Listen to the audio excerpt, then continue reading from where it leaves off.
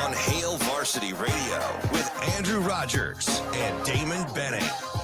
Stevie Mitchell on the way inside. Shireman the board. He'll push it ahead. Nemhard on the run. The lob to Kaluba. This is Farabello in the corner. Step back after he got Jones in the air.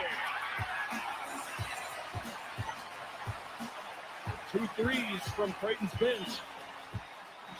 A rarity for a bench that does not score a lot. 8 to shoot. Farabello, back cut. Bump, count it, and the foul. Nemhard to the line. Kolek underhands it, Prosper's 3. Rebounded by Shireman. 90 seconds to play in a 2-point game. Shot for Shireman. Jump stop inside. Tied up. There was stuff thrown at the Marquette bench after the game. That is unacceptable. We win with class and we lose with class. We respect our opponents. We respect the game. And I appreciate every one of the 18,000 plus that were here tonight. But that kind of behavior, there's no place for it in the Creighton family. We don't act that way, period. We can get upset at the call, that's my job, but we don't do that. That's not what we're about. And it's disappointing that it happened, and I don't ever want it to happen again. It's not who we are, it's not who we've ever been, it's not who we're going to be. That's Coach Mack. He said it right. It's Coffee and Cream in the Morning on Hail Varsity Radio, powered by Currency. Damon Benning, Andrew Rogers. Let's not throw stuff on the court. Man, let's not do that. It's testy all over the place, man. I feel there's a lot of tension. There's a lot of tension over the last 15, 16 hours. Is it even that long? Well, maybe it's like 12. 12, maybe. Yeah, I mean, game started at 7:30. Yeah, I think by nature, like it's. There's the hoops game. There's, we're talking about recruiting and in-state versus out-of-state and folks being firm. And I don't know. I feel like folks are very energetic, maybe combative. A little bit of both, if you will. We saw some more athlete-on-athlete crime with Honey Badger and Shady McCoy and.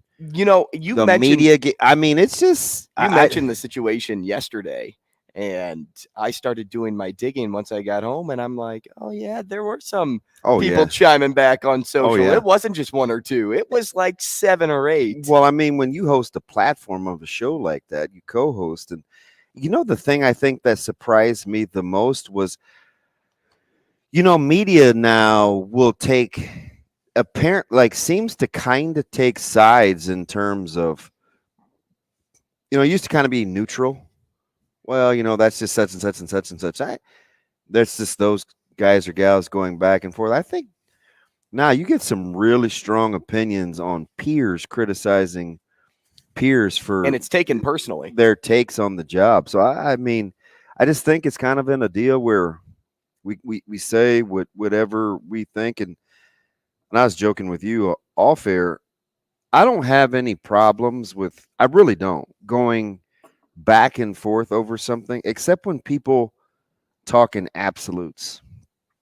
Like when you go to extremes to use, like adjectives to describe people's decision making or behavior, it's like, let's not be that dramatic, right? Like when people say things like absolutely no way or all the time or never or always or like those things, you gotta be careful about doing stuff like that. And on the heels of last night's game and speaking of stern and kind of going there, Coach Mack didn't leave a lot of room for interpretation in terms of don't do it again.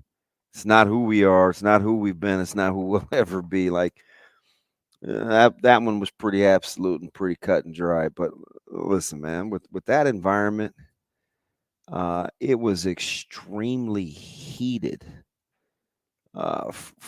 for the bulk of that game, and the coaches were Coach Mack with the timeouts, his body language, he was like snapping a timeout. I want a full, give me a 20.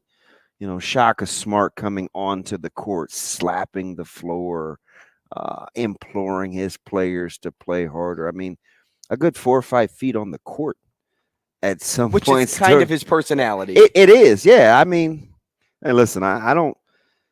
One thing you won't hear from me is I'm not trying to tell those guys, hey, this is right, this is wrong. I mean, just to stop. Yeah, being like them. this.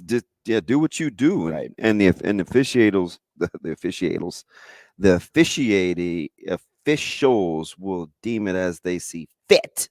That That is a good way to put it. Is what I was trying to say. And I mean, there was some back and forth, man. I saw, officials going back and forth. The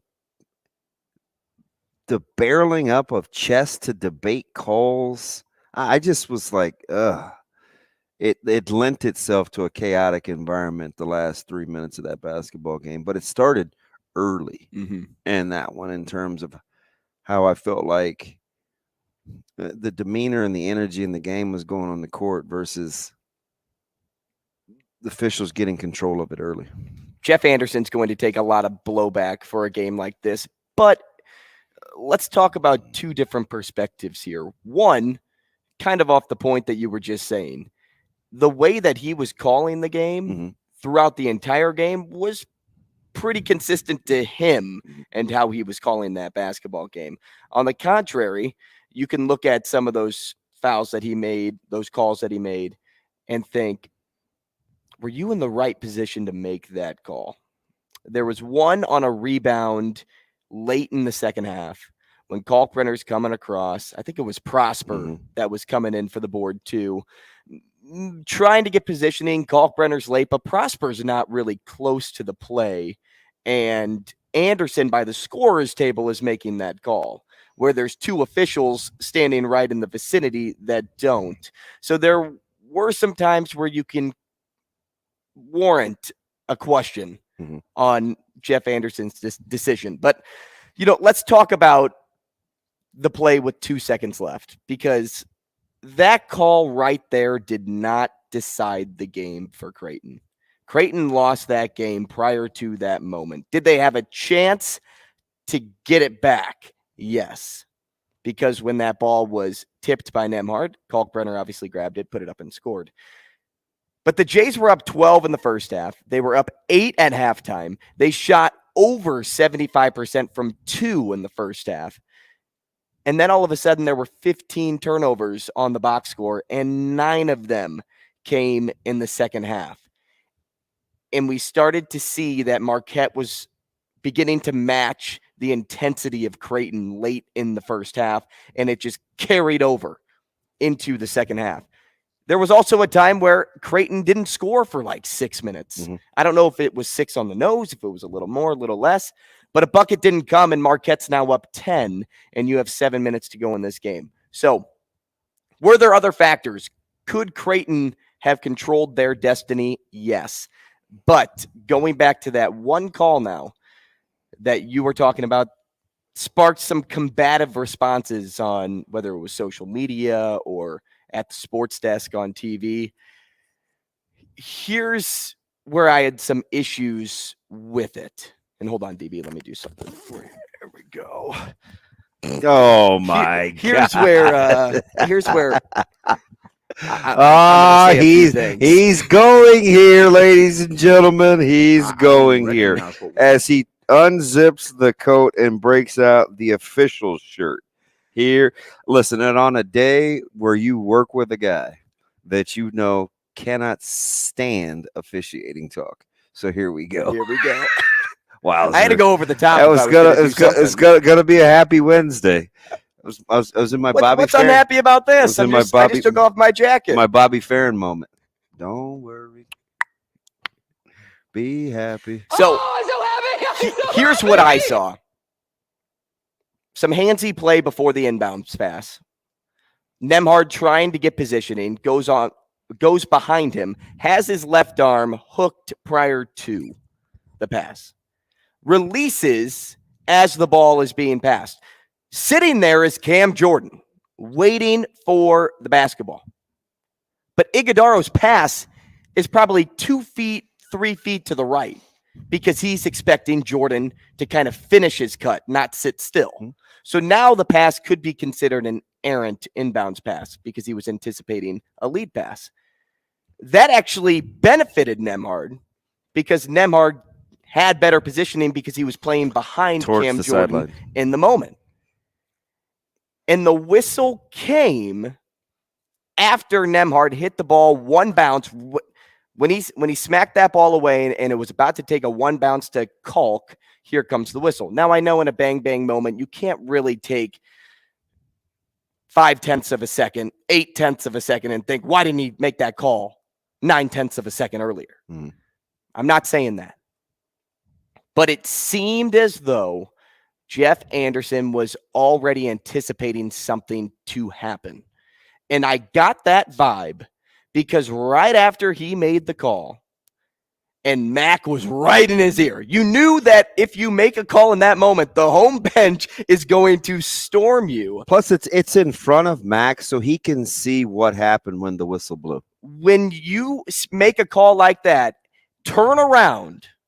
I couldn't believe it. And square up to a guy that's taller than you. I couldn't. And bigger than you. That's the most disappointing thing about the whole thing. That's the entire thing. We haven't talked about this, but there was zero professionalism taken by Jeff Anderson. And that wasn't the first time last night that had happened. That had happened 2 or 3 other times, but I couldn't believe the bristling of the chest to go chest to chest to argue or to defend the call. I think that part kind of heightened the whole deal because listen, it's all about vantage points, and I had a couple guys walk me through it over the weekend. A couple calls on Saturday in versus Bellevue West, like I didn't love, right? And so I just ask for, a lot of those guys are my buddies, right? So just asking for, hey, what'd you see? Little clarity. Yeah, what'd you see? You say, this angle this or this angle that. And I think on a couple of 2 or 3 times last night, it was about angles and positioning. Now, again, I know what coaches are going to say. They're going to say, hey, listen, that's part of the job. That's what you do. But the officiating crew, I think they know their rotations. They know their spots on the floor. I do wonder how people feel. 888-638-4876.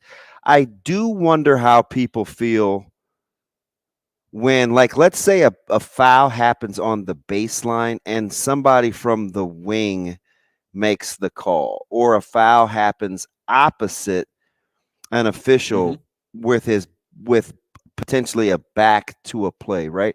The play that comes to mind last night is Kalkbrenner's box out, where Jeff made that call from on the scorer's table.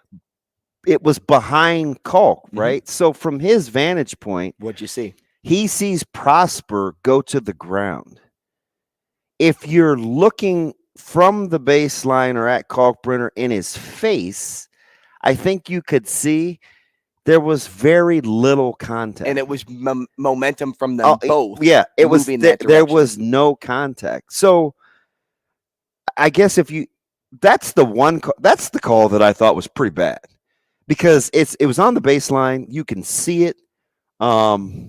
It didn't draw his ire, but as a broadcaster, what you don't particularly do, at least we're asked not to do, is you don't hammer officiating.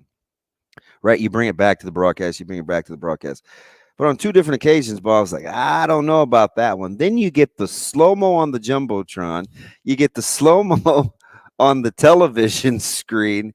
And you're like, yeah, I don't know that that's a foul. And that right there, I think there's a little less than 3 minutes to go. There's probably it's adding up at this point. 2:50 on the clock, right? Or 2:45.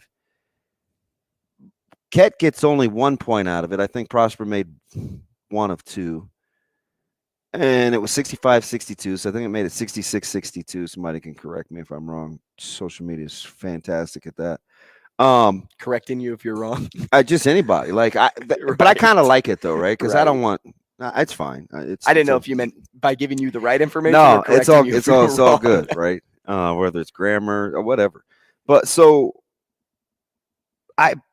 the play at the end of the game, I didn't have a huge problem with.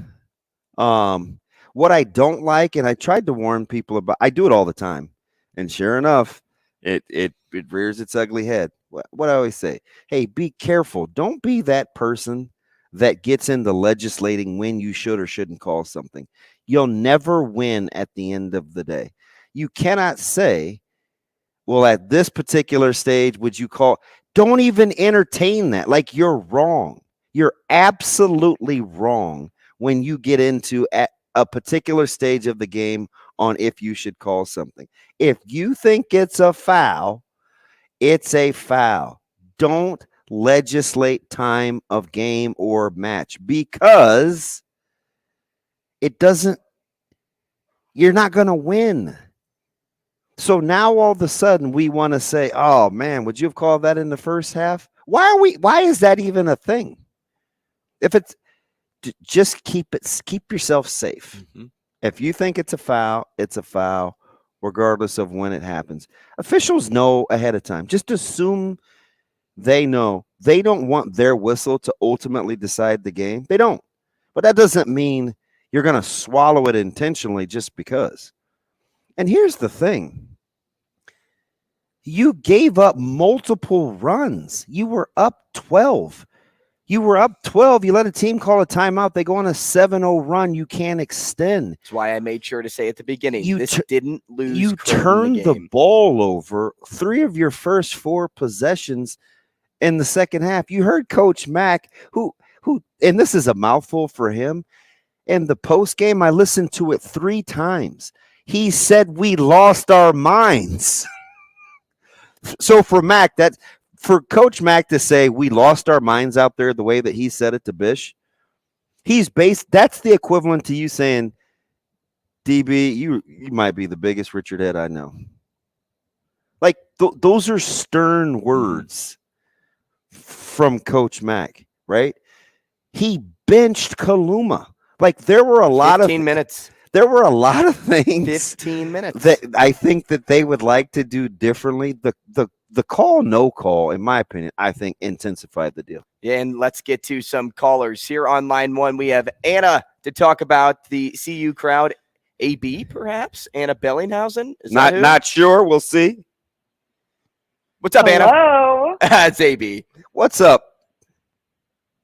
Hey, guys. Good morning. How are you? Good. How are you? Doing well. Let's talk about the CU crowd. I mean, you were in that atmosphere last night at CHI. I'm sure it was one of the loudest you've ever heard CHI, but what'd you gauge? What do you want to talk about? Geez, yeah. First of all, crazy competitive game. It felt like a March Madness one that we got blessed with here in February, but you kind of knew it was going to be a rowdy game from the start. I mean, the Creighton student section, I've never seen that rowdy on a Tuesday night ever before. It really felt like a Saturday or a Friday night. And just the animosity between the Marquette bench and the student section. I mean, they're right next to each other, so it's really hard not to have that.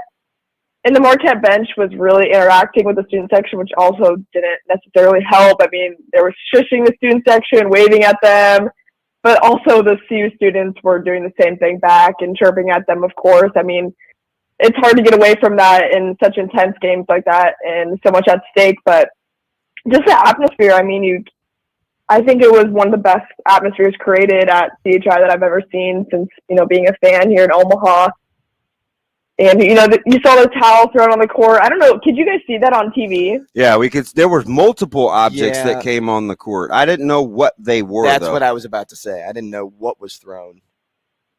So it was one of the blue towels that were given out pregame. They were on the back of every chair, and it was just a towel. So luckily it wasn't any item that could cause harm, but still, you regardless should not be throwing anything towards the court. And then they give the fans the in-venue warning, like, hey, if you guys throw one more thing, it's going to be technical on Creighton. And obviously the fans understood that, and I think strayed away from that. But apparently there was another towel thrown, Yeah. and the refs didn't see it though. But the Marquette bench was yelling, "Team up, team up!"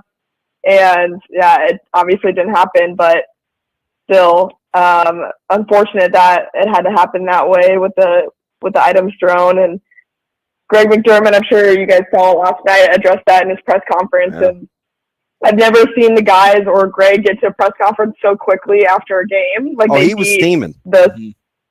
Yeah, he was like running up to the podium, and like the SID, Rob was not even in the room yet. We had to wait for him to get in the room. And then first thing off the bat, Greg addresses that situation, and then apparently items were thrown towards the Marquette bench post-game.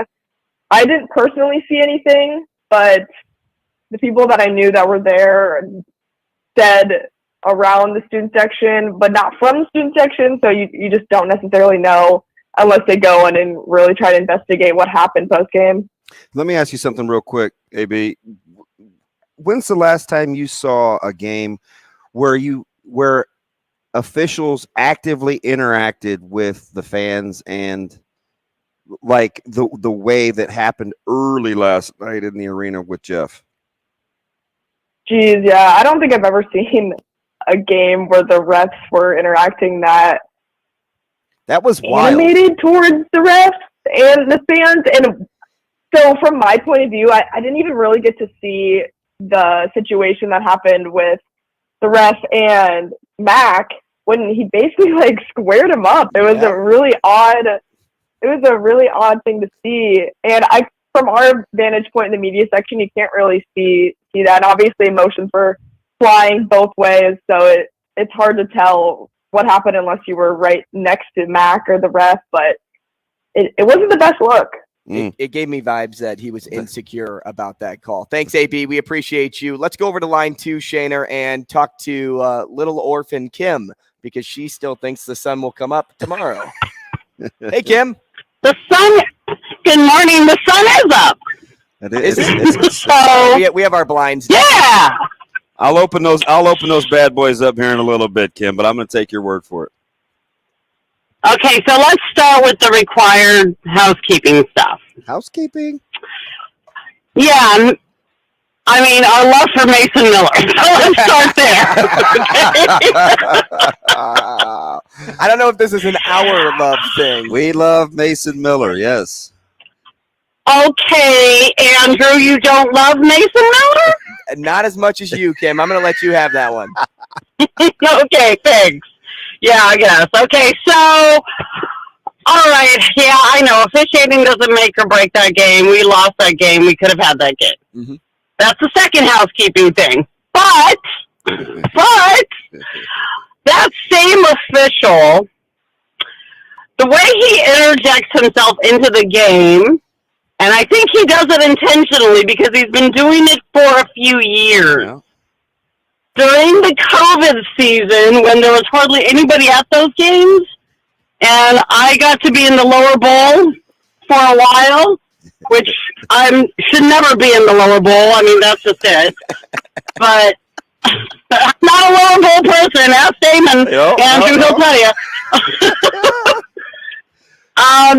He actually interacted with my sweet 5'3" daughter. Wow. Who is all of 100 pounds soaking wet. Did he square up on her too? Oh, well, pretty much. Ooh.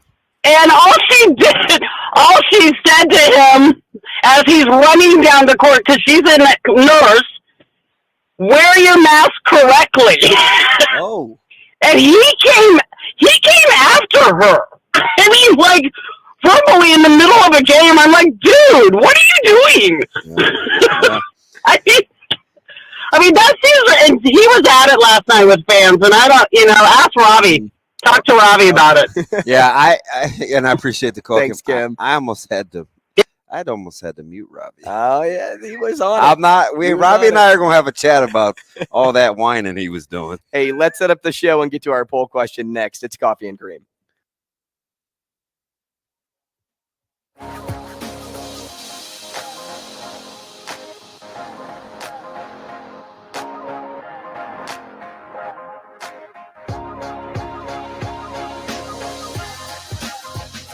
Rogers and Benning will be back in 4 minutes.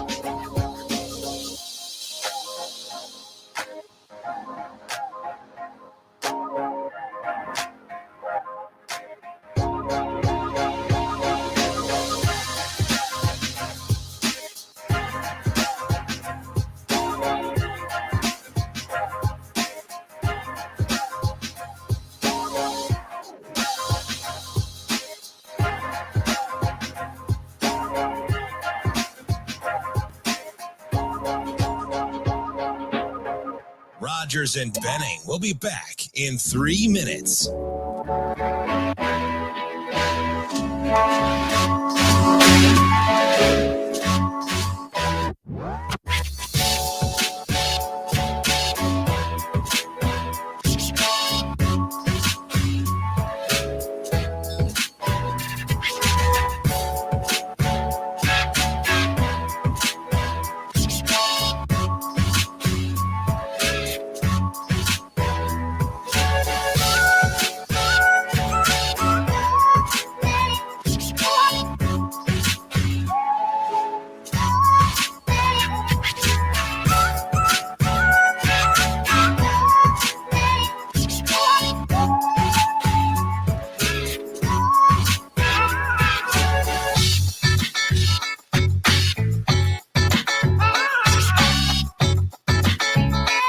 Rogers and Benning will be back in 2 minutes.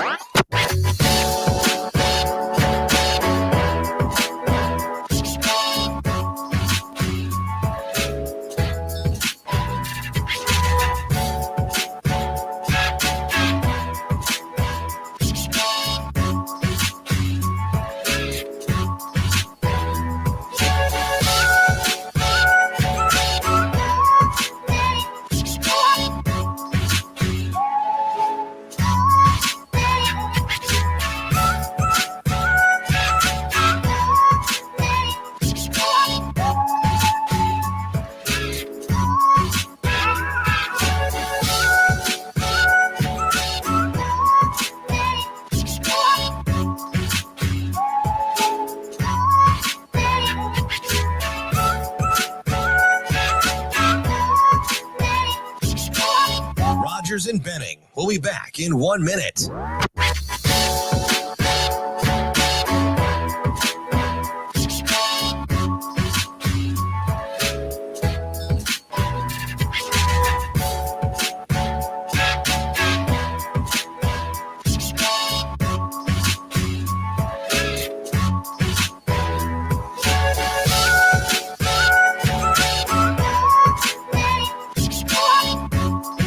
Rogers and Benning will be back in 30 seconds.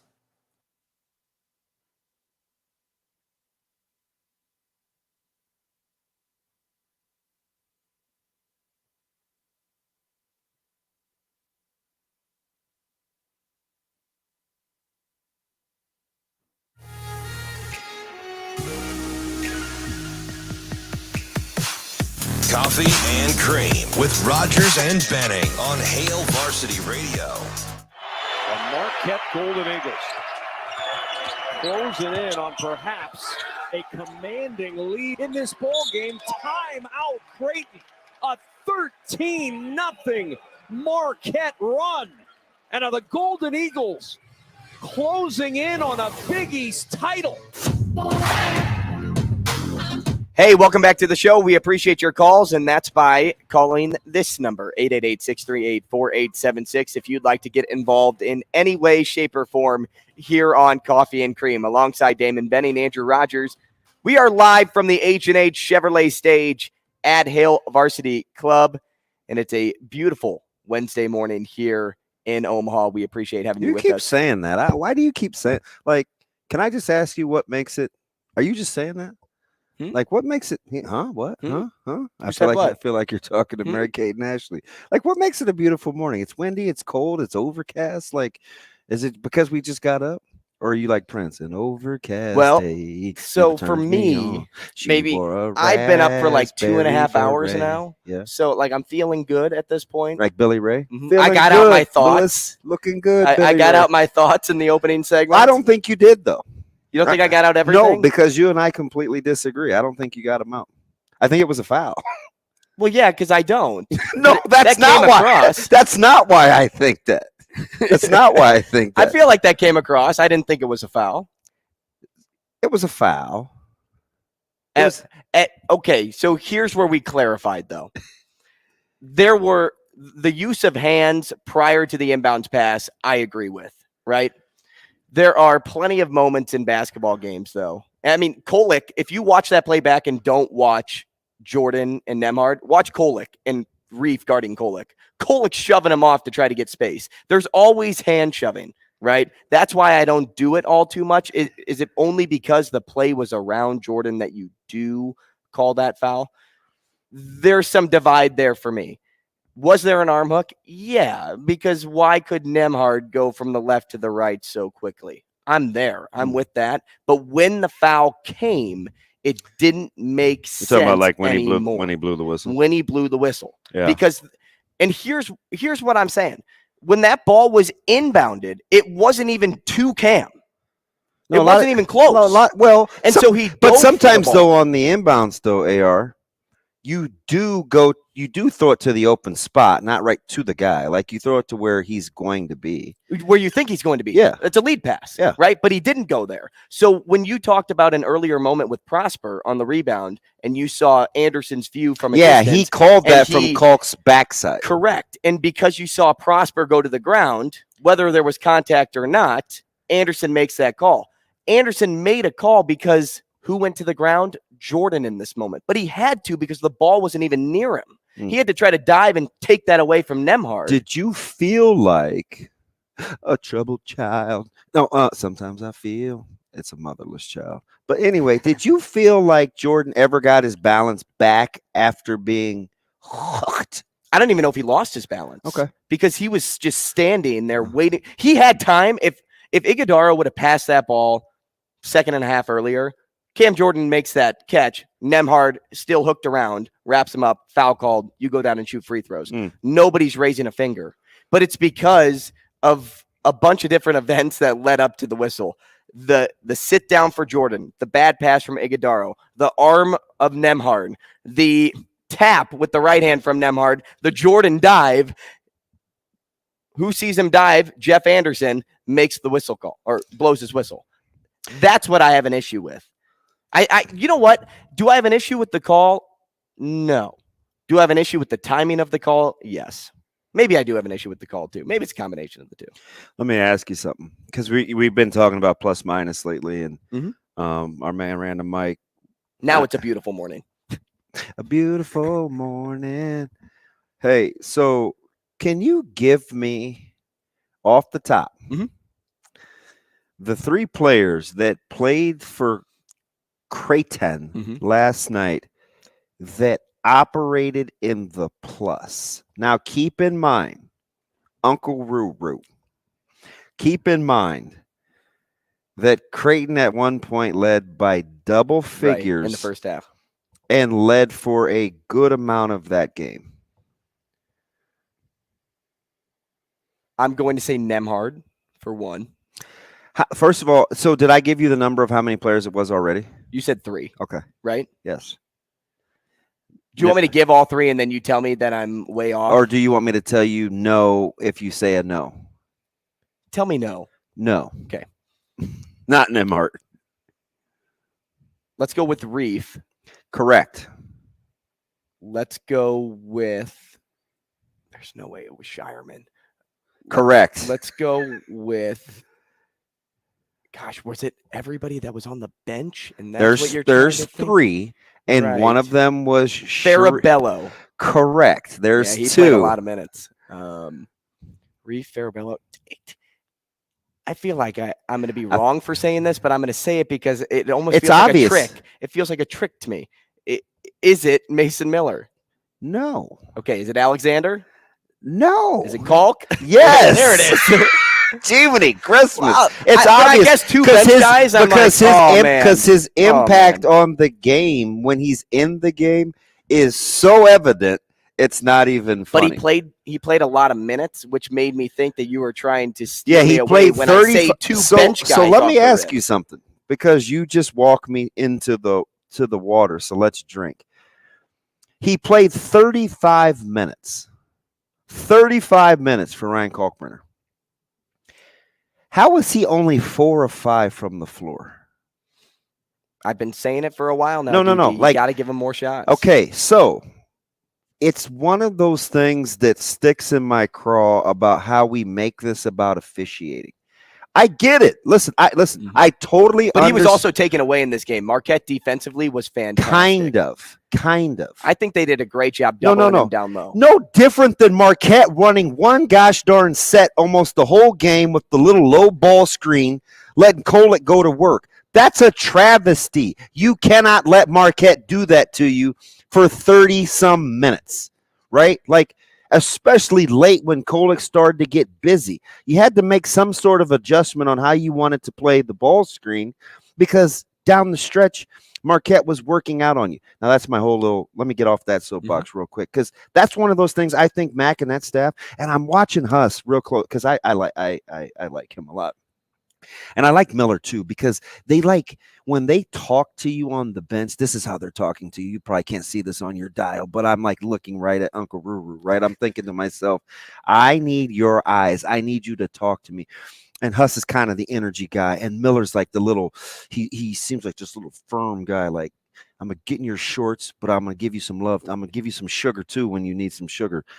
Mac, I think, was last night, for whatever the reason, it seemed like Coach Mack was more beside himself than I had seen him in a long time. Now, I could be completely wrong, but I'm just trying to read his mannerisms and his body language, because I think his greatest skill set, in my opinion, is his relationship that he has with guys. Because he does some things sometimes where if you don't have a good relationship, man, it's hard, right? Like having, like, how does Sharif Mitchell hanging in there? That has to be hard.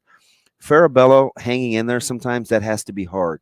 Frederick King, and Frederick King could be like, Mac probably says to Fred, hey, Frederick, you know what? This is what's happening out here. When we give up a lot when we play you, even though you can score the basketball, because teams have a plan when we insert you, when they want to go at you defensively, right? Or, you know, you got to be able to sometimes, I think, talk Trey Alexander off the ledge. Hey, Trey, I know we want to get you. I know you want 12, 13 shots a night, man. But, man, did you get a good look last night to knock that one down? We're not going to get a better look from three for a guy that shoots 40% from the arc last night. So I say all these things to say, Drew Down, why are we debating the one call, no call? Well, and it wasn't even the most. But I'm not debating that with you, because you know what I said off the rip. We's not you. Oh, okay. I'm sorry. Yeah. I thought you meant us back and forth. I'm No, like, I've been saying like right away. This game was decided elsewhere. I try to get my pronouns right. We is not you. Like there were so many other. And we'll talk to Matt DeMarinis. We haven't even set the lineup. This thing was so explosive early. We've got Brian Edwards. We got Brian Christopherson coming up. We got Kevin Sjuts coming up. We have Matt DeMarinis. And maybe we save this one for Matty D, because I think for as much of a fan as Matty D is, he does have, I've been in a couple of group texts with him.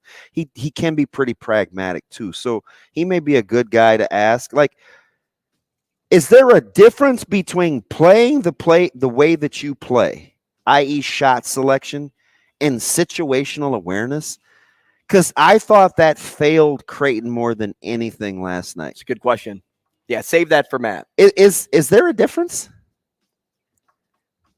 Too long of a response here. I hear seconds, I hear bed music. We call that a tease. Hey, I promise we will set up the show next. Rogers and Benning will be back in 4 minutes.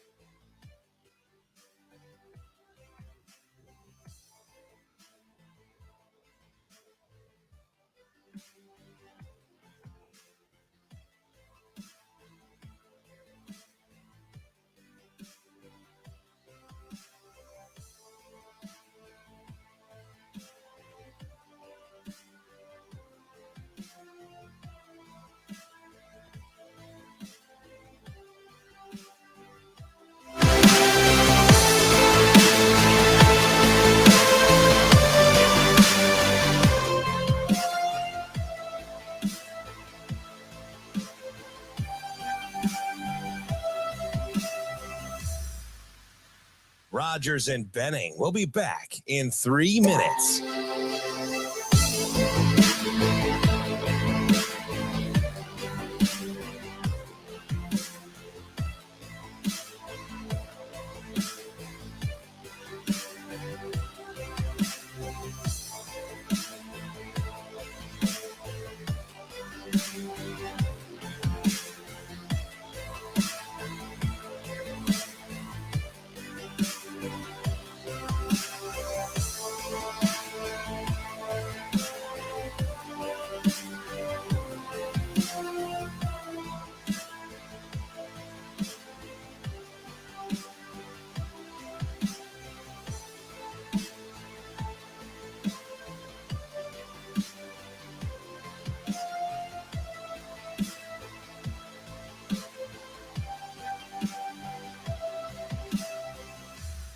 Rogers and Benning will be back in 2 minutes.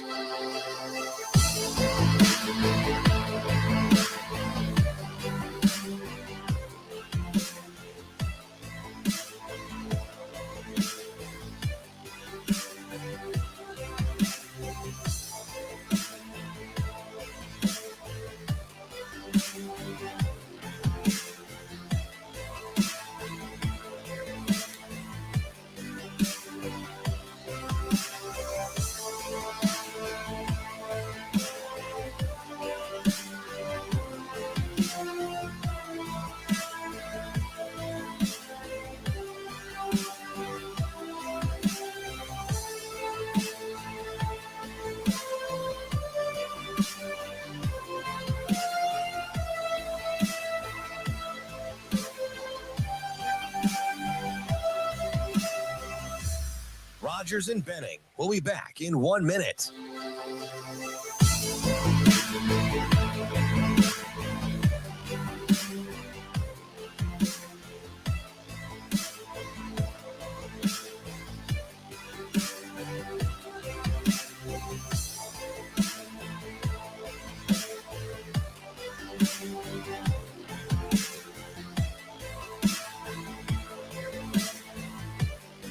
Rogers and Benning will be back in 30 seconds.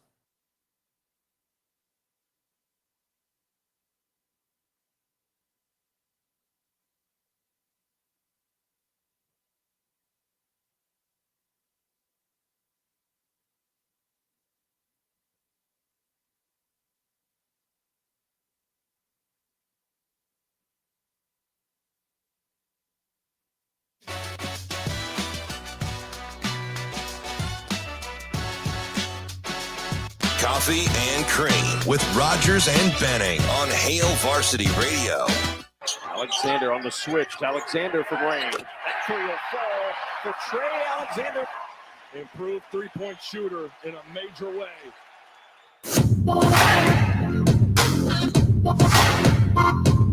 Welcome back to the show this morning, Wednesday morning. Coffee and Cream alongside Damon Benning, Andrew Rogers, powered by Currency. We are live from the H&H Chevrolet stage at Hale Varsity Club. Now we are taking calls at home. I guess I got to put my bat up. DB giving me some play calling. No, I just wondered if you wanted me to put my headsets on. Am I doing a bunt? I am not. Hit and run? If I was a baseball manager, I would be very aggressive. So yes, we may have some hit and run in play. I may move guys over. I want as athletic a team as I can get. Speaking of being aggressive, And we're going to put the ball in play, Uncle Ruru. We're not going to be striking out waiting for bombs. I don't know. In college baseball right now, that's all I see. Hey, I know. People are just wow. yakking the ball. So you know what it is, though? I'm serious. All these power arms that really are 2-pitch guys, you run the risk of 4-seam fastball and 2-seam fastball. And listen, you run the risk of a little velocity, a little exit velo being ramped way up. And some of these college ballparks, they just can't contain it. No. You almost wonder too. Nice little dovetail into college baseball for no reason at all. You almost wonder too if metal bats are becoming something that college baseball players shouldn't use because we're good. At this rate, it's home run we derby went central. But I love it. We went through that core era in college baseball, and it was poopy. Oh, BB core. Ugh. We went through that. I hate BB core. I had to use that in high school. Just keep the balls in the microwave, tighten those stitches up, and we're good. Bing, bing. Hitting little P rockets at folks, dude. I'm nuts. So I mean, let's just get that out of our system. You're right nuts. No, I just think it's funny. I don't know, man. There's a lot going through my head. Number one, I'm still mad at my son, but that's okay. Micah, Caleb. No, you didn't catch his act last night. Oh, fudge. I'm not even going to show you because you'll gas the fire even more, but we'll save that for another day. Oh, no. I saw it. Okay. I'm over here thinking they didn't play yesterday. Now I know what you're talking about. No, just him. He is. Oh, man. That was the best. That was such a power move on his part. Good on him. Caleb. For a kid that doesn't talk, you're crediting with a power move on social media? You know what? It's like me. That was a thing that I would do. So, yes, Caleb, good on you. I'll take you to school any day. You don't need a car. So weak sauce. I'll take him to school any day. But anyway, I just think like the very first text that I got this morning, I mean, right off the bat, he didn't even say good morning. My man said, I hate officiating talk. He said, I hate blaming the officials. It is so lame. I hadn't even put the keys in the ignition yet or push the little car start thing. I'm not that guy. I'm not going to blame. Do you know how livid I was on set? Listen, your boy had to get up and pace during the Bellevue West game. It was so bad in my insides. I went and sat with Ron and Twani Dotzler. Say that name out loud. Yes, I said Dotzler. Do you know who they're the parents of? A kid that plays on the other team. But is that so? But do you know why I had to go sit with them? Because they were my counselors before I got married, so they know how to talk me off a ledge. That's great.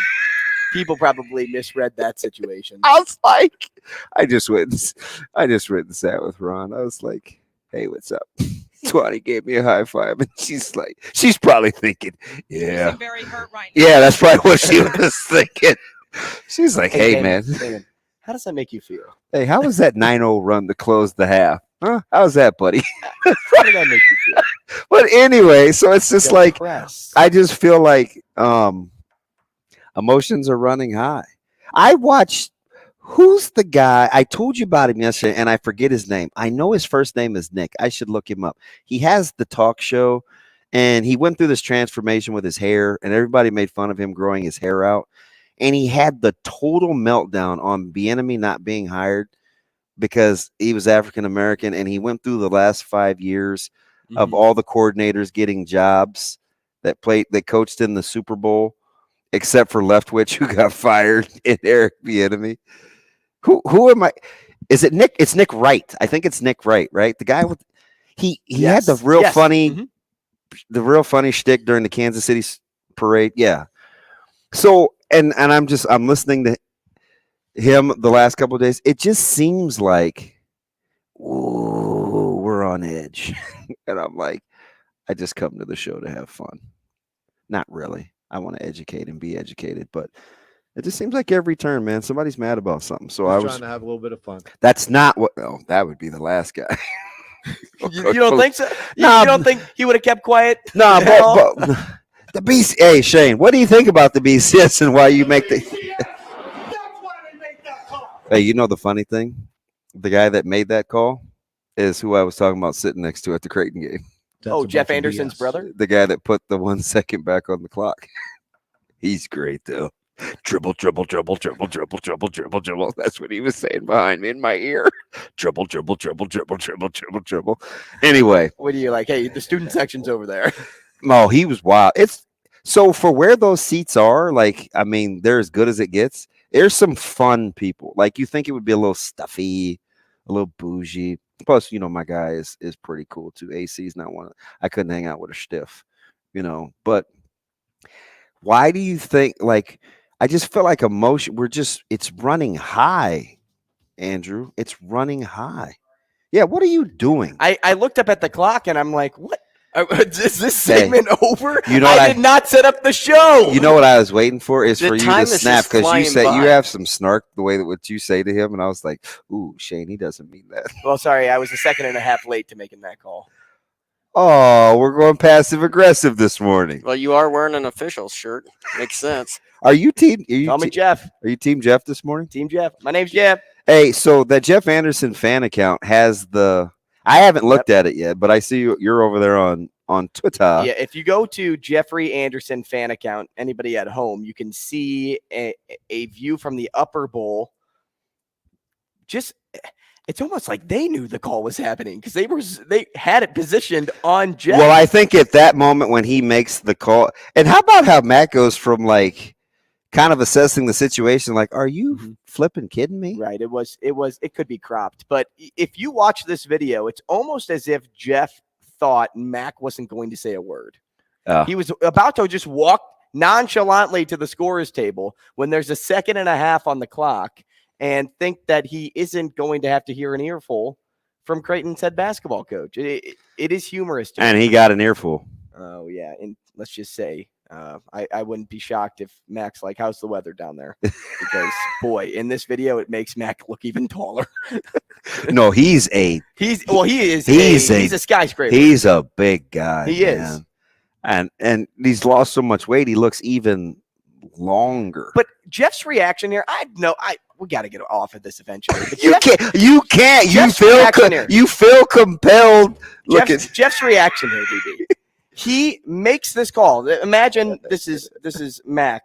Hey, no, wait. Should we have like full effect for our guys? Yeah, exactly. Hey, if you're watching at home, so I'm Mac, and I was like, wait. Yeah, I blow the whistle. What in the world is going on? Hey, and he acted like a child. Hey, what kind of call is that? He acted as if a child didn't do what you just said he did. Is this Mac and Jeff right here? I spilled the milk. Do that thing. I spilled the milk, and he's like,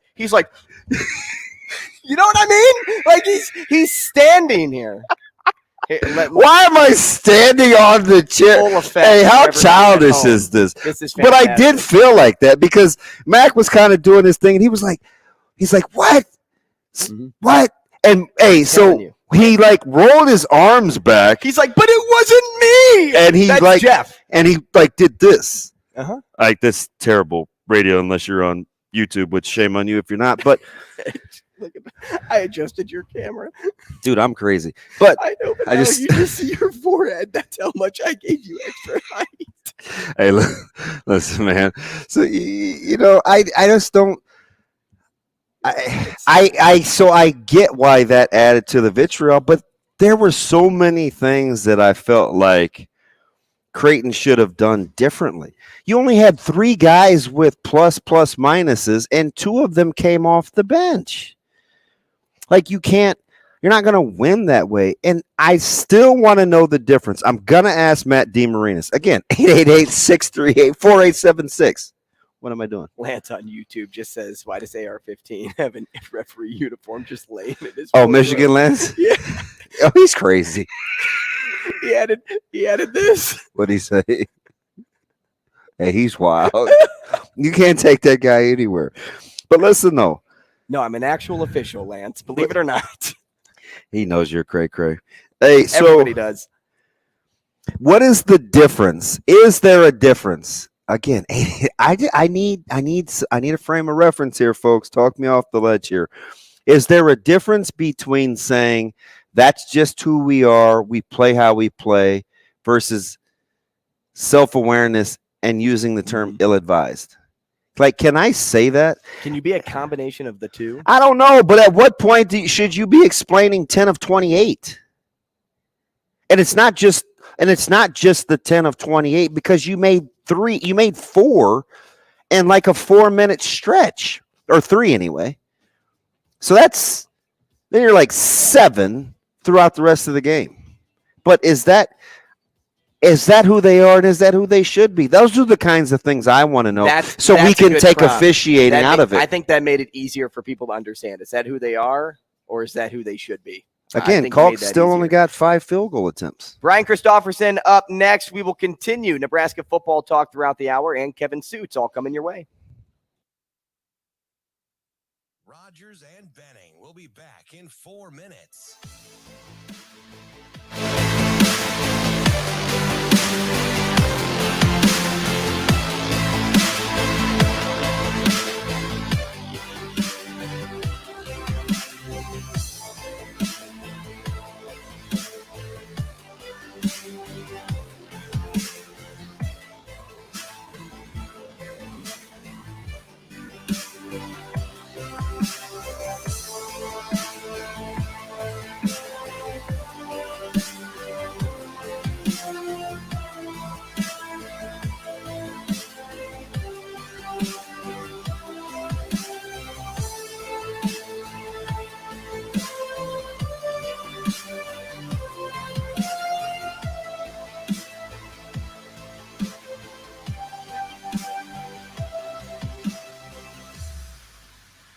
Rogers and Benning will be back in 3 minutes.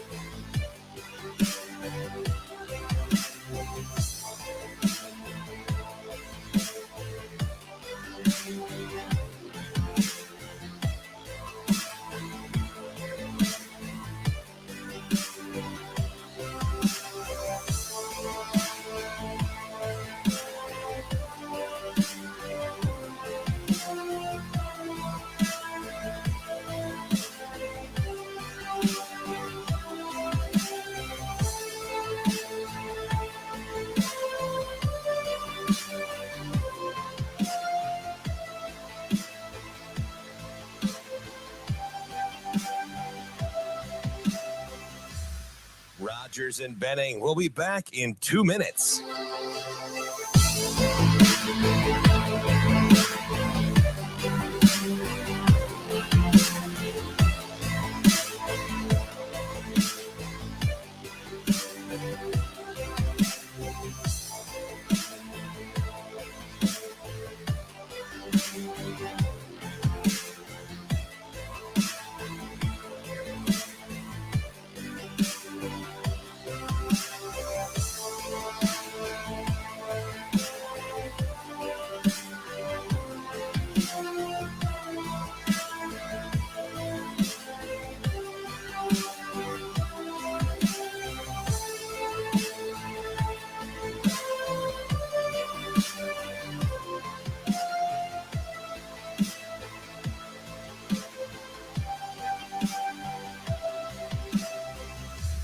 Rogers and Benning will be back in 1 minute.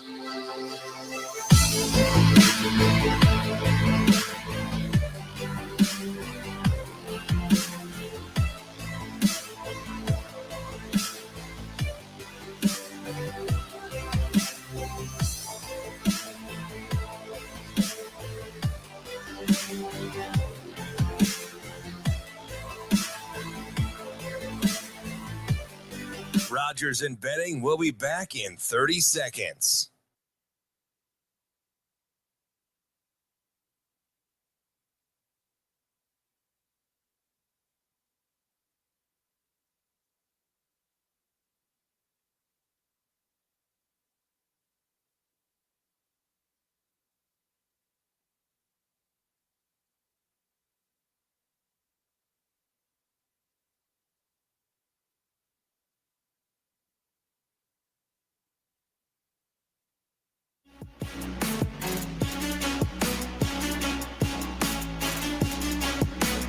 Coffee and Cream on Hail Varsity Radio with Andrew Rogers and Damon Benning. It's a good thing I have Damon Benning on standby to my left, because in order to calm me down, he presented me with an Acres Ale, which is brewed with Nebraska corn. It is tasting crisp and clean. Oh, shoot. Britt Its Musburger. light, refreshing flavor helps me start to digest a little bit of my feelings from last night. So I appreciate DB, helping me out, always carrying an Acres Ale in his backpack just for me, because he knows I like things that are locally brewed. It is the perfect beer to wind down. Normally I say at the end of the day, but today we're just going with wind down, because How about a beer? he tossed me one of those bad boys. I man. shotgunned it, and here I am back with you at the 8 o'clock hour. And I know our next guest will appreciate my loosey-goosey side for the 8 o'clock hour. Loosey-goosey. We are talking to Brian Christopherson now, senior writer for Husker 24/7 at Husker 24/7 BC on Twitter. Brian, good morning. Good morning, fellas. Hey, Brian, let's first talk about this. So, as much as I want to keep talking about Creighton this, referee that, I'm not going to anymore, because I feel like I've already I feel like a penguin. I've already calmed down. But something that Creighton has that a lot of other teams don't is that they know who they are. They have a good culture in the room. And even the team up in Lincoln can say the same thing right now, that culture was, whether it was created at the start of the season or halfway through the season, I'd venture to say both programs of Division I, Big Ten, Big East caliber, recreated culture halfway through the season. How much do you think that benefits just basketball teams entirely at this stage this month, with either the NIT in the window or March Madness in the window? Yeah, I always think culture is one of those subjects that people sort of actually roll their eyes about in the off season, because sometimes it feels like it's connected to fluff type stories. And I understand, because it's always like, oh, the culture's better this year. It's going to be this, it's going to be that. So people kind of have that vibe about it when it's not in season. And yet I think it is everything when you get down to it. And that's why coaches speak about it so much, because it's having a team that trusts each other and that has been through things together, even like in football, like in winter conditioning and things like that, where you're grinding it out when nobody's watching, and you sort of know what to expect from the person next to you, and there are certain standards that you hold yourself to in all different platforms, and then it sort of translates, I think, in those critical moments. And you see it with the best teams, like in March in basketball, you see those teams that just have that sort of will about them, and they feed off each other in the toughest of moments. And that's stuff that's built when no one's looking, So I do think it's everything, and yet I understand why when we write about it with certain teams before it gets going and we're keeping score, people are kind of like, yeah, okay, we'll see, So that's why it's always interesting to me. It kind of means nothing to people sometimes when they hear about it in the off season, and yet it's everything when we're deciding things. BC, a couple things here. First, when you looked at the spring schedule, like real time, were you thinking to yourself, oh, that's interesting? Or, yeah, since I knew that the spring game was the 22nd a couple weeks ago, I could just work the calendar backwards? Or you're like, man, they're not going to break this up with spring break. Let's start there. What were your initial thoughts real time when you looked at the spring schedule? Much ado about nothing? No, I mean, I like it. I guess it was what I expected, because you're right. They sort of had to fit it inside a certain calendar window. And I had heard they were kind of starting March 20th. So you're like, okay, there's not going to be much time for a break there. It's going to be pretty steady. They have like one 4-day break, or where they take 4 days off, I think, between April 6th and 11th. But aside from that, it's basically every day or every other day. And I like that. I like that consistent grind and kind of building that up within your team. but also giving some rest and recovery days inside there. I think those 8 to 9 day layoffs that they had with the spring break when it was in the middle, like after 7 or 8 practices, I always thought that was probably pretty difficult to work around to get guys going after they came back from that. But Nebraska often tried to deal with that. And I don't think that was probably the most beneficial. So I like this schedule much better. Yeah, it's interesting. You know, because I was pretty excited, right? And I think a lot of it was just because, that's how I used to do it. But because, we never took a break off in between spring. But I do think there's something for repetitive behavior without taking a break. That was my initial thought, right? Like, that's why I liked it, because you get good workload in. But then I just wanted to double check to make sure I wasn't giving him too much credit. And that was just, it was the luck of the calendar, right? Like, oh, you had to do it this way. But he said something interesting, that he'd gone back throughout his history and he'd looked at 8-week windows for mastery or to build a good framework before you start the endeavor something like spring ball, where he wanted to have the guys in the weight room a certain amount of time. And he had to bring them in a week earlier than normal on the calendar to get the full 8 weeks in. How non-surprising is that the Coach Rule is like utilizing old data versus new kind of where's my guy at to put the best plan in place for what Nebraska needs? The thing I've learned about him quickly, and you probably have too, is that no detail is too small with him. And I think he's got his fingerprints over everything. Most everything that goes on with that program. And that's, I think that's something Husker fans really like. They kind of want out of their head coach. They want to feel like he's in charge and he's thinking about all these details, even if some of them, at some point might seem like minutia to an outsider.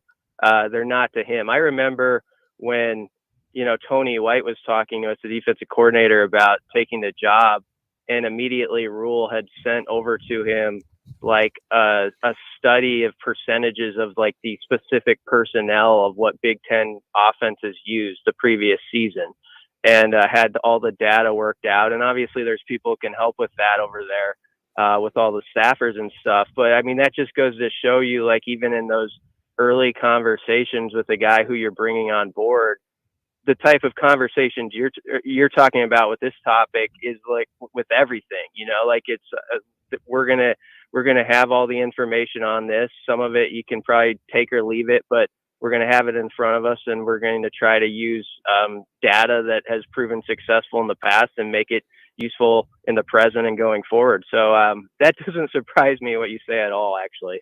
BC, with the late spring practice starting point, do you think it's more Rule is wanting to kind of sit back and see who's going to maybe work through spring break, stay in the weight room, get ready for spring? Or do you think it's more for, hey, let's give these guys a little bit of time off so that maybe they can go home, see their family, clear their head, and come back with a fresh slate once practice begins?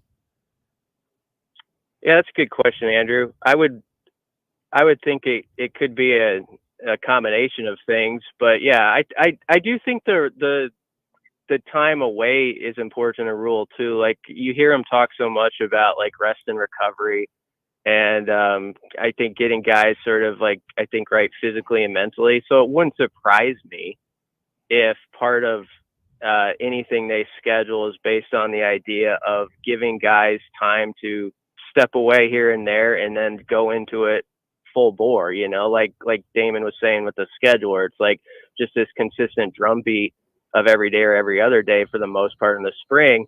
But before that, you get a little chance to maybe take a breath after winter conditioning, kind of get yourself in order, and then, okay, we're going to attack this. This is the standard. This is what we expect from you. And we're going to go hard every day, as they say, try to get 1% better. So it would make sense to me if there was just like a little pause before they got rolling again with that spring break. And I love that schedule on paper. I mean, I always used to, in the old days, try to, I guess, make a case for the 8 to 9 day layoff where they would have spring break square in the middle. And sometimes it was hard for a coach to avoid working around that. But honest to goodness, I was just like, how do you get guys rolling again after they have like 7 or 8 practices? You go away for a week and you kind of you're doing all this other stuff, and then okay, you're going to jump right back into the grind. It just seemed very difficult. So I kind of like that this team in year one avoids having to work around that scenario.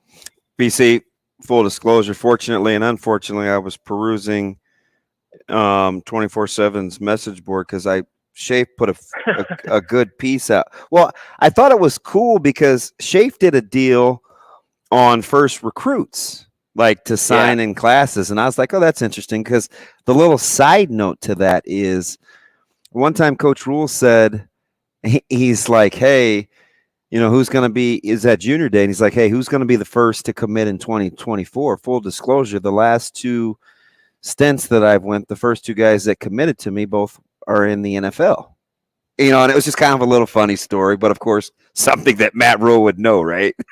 So I went back and I was reading Shafe's piece, and we got Michael Rose-Ivy in 12, Trevell Dixon, Luke Gifford, Eric Lee, Bubak in 16, Willie Hampton in 17, Cam Jurgens in 18, Garrett Nelson in 19, Logan Smothers in 20, RJ Sorensen in 2021, Ernest Hausman in 2022, and Bramer was the 2023, and now we've got Gradney. When you look at the first to go and what some think could be a pretty big year in 2024, is there more or less significance for you to the guy that goes first? In this case, Gradney? I don't put a lot of significance on it, but that is a fascinating thing that Schaefer went through and got all those guys. And if you look at it, it's a very mixed bag. And by the way, I know what you're saying, Damon, about the pros and cons of looking at the board. and listen, and full disclosure. So it's funny, BC, because now, and we know this, like in our house, he's kind of he's kind of viewed himself as an, oh, by the way, people don't think this, I'm just going to keep my head down and go to work. So I just kind of laugh, as we go through this process. But anyway, full disclosure, let's go. Well, yeah. On that, Damon, as you know, like with recruits, even like when we pick our Super Six list, like more than half the time, like 3 or 4 of the guys who I don't have on there or people don't have on there, they're the better players. So it's like everybody always has these hot takes about everybody, and then it can, it goes all over the map. So you got to take it for a grain of salt. Total grain of salt. That is pretty interesting as you went through those names of the first guys, because there definitely were some. I mean, you got your Jurgens, and you got Hausman. Obviously, it's gone, but he could be a really good player. And Rose-Ivy had a productive career, and then you had some that just didn't really make it at all here. So it was all over. So it's hard to get like a specific data point from it. With the Gradney, who they just got, what I liked about him is he seemed no nonsense about it. Like they'd been talking to him for several months. And then the offer came. It's like, yeah, that's what I want. He thought about it. He's like, these guys they connect with me. I'm a versatile. He's at a smaller town school in Texas. It's really interesting. He's like a 3A school down there, and a very small town.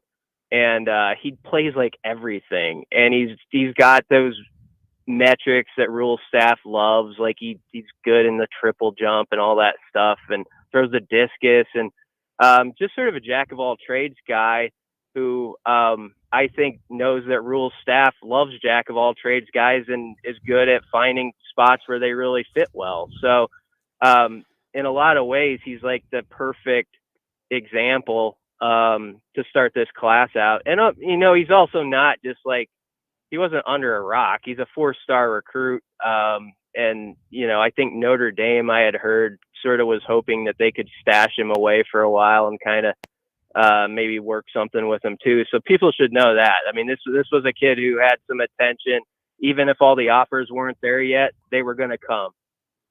Speaking, speaking of recruiting, when it came to recruiting in 2023, the new staff reestablished those relationships in state. And now in 2024, as everything expands, they'll have to continue to go with a coast-to-coast recruiting plan.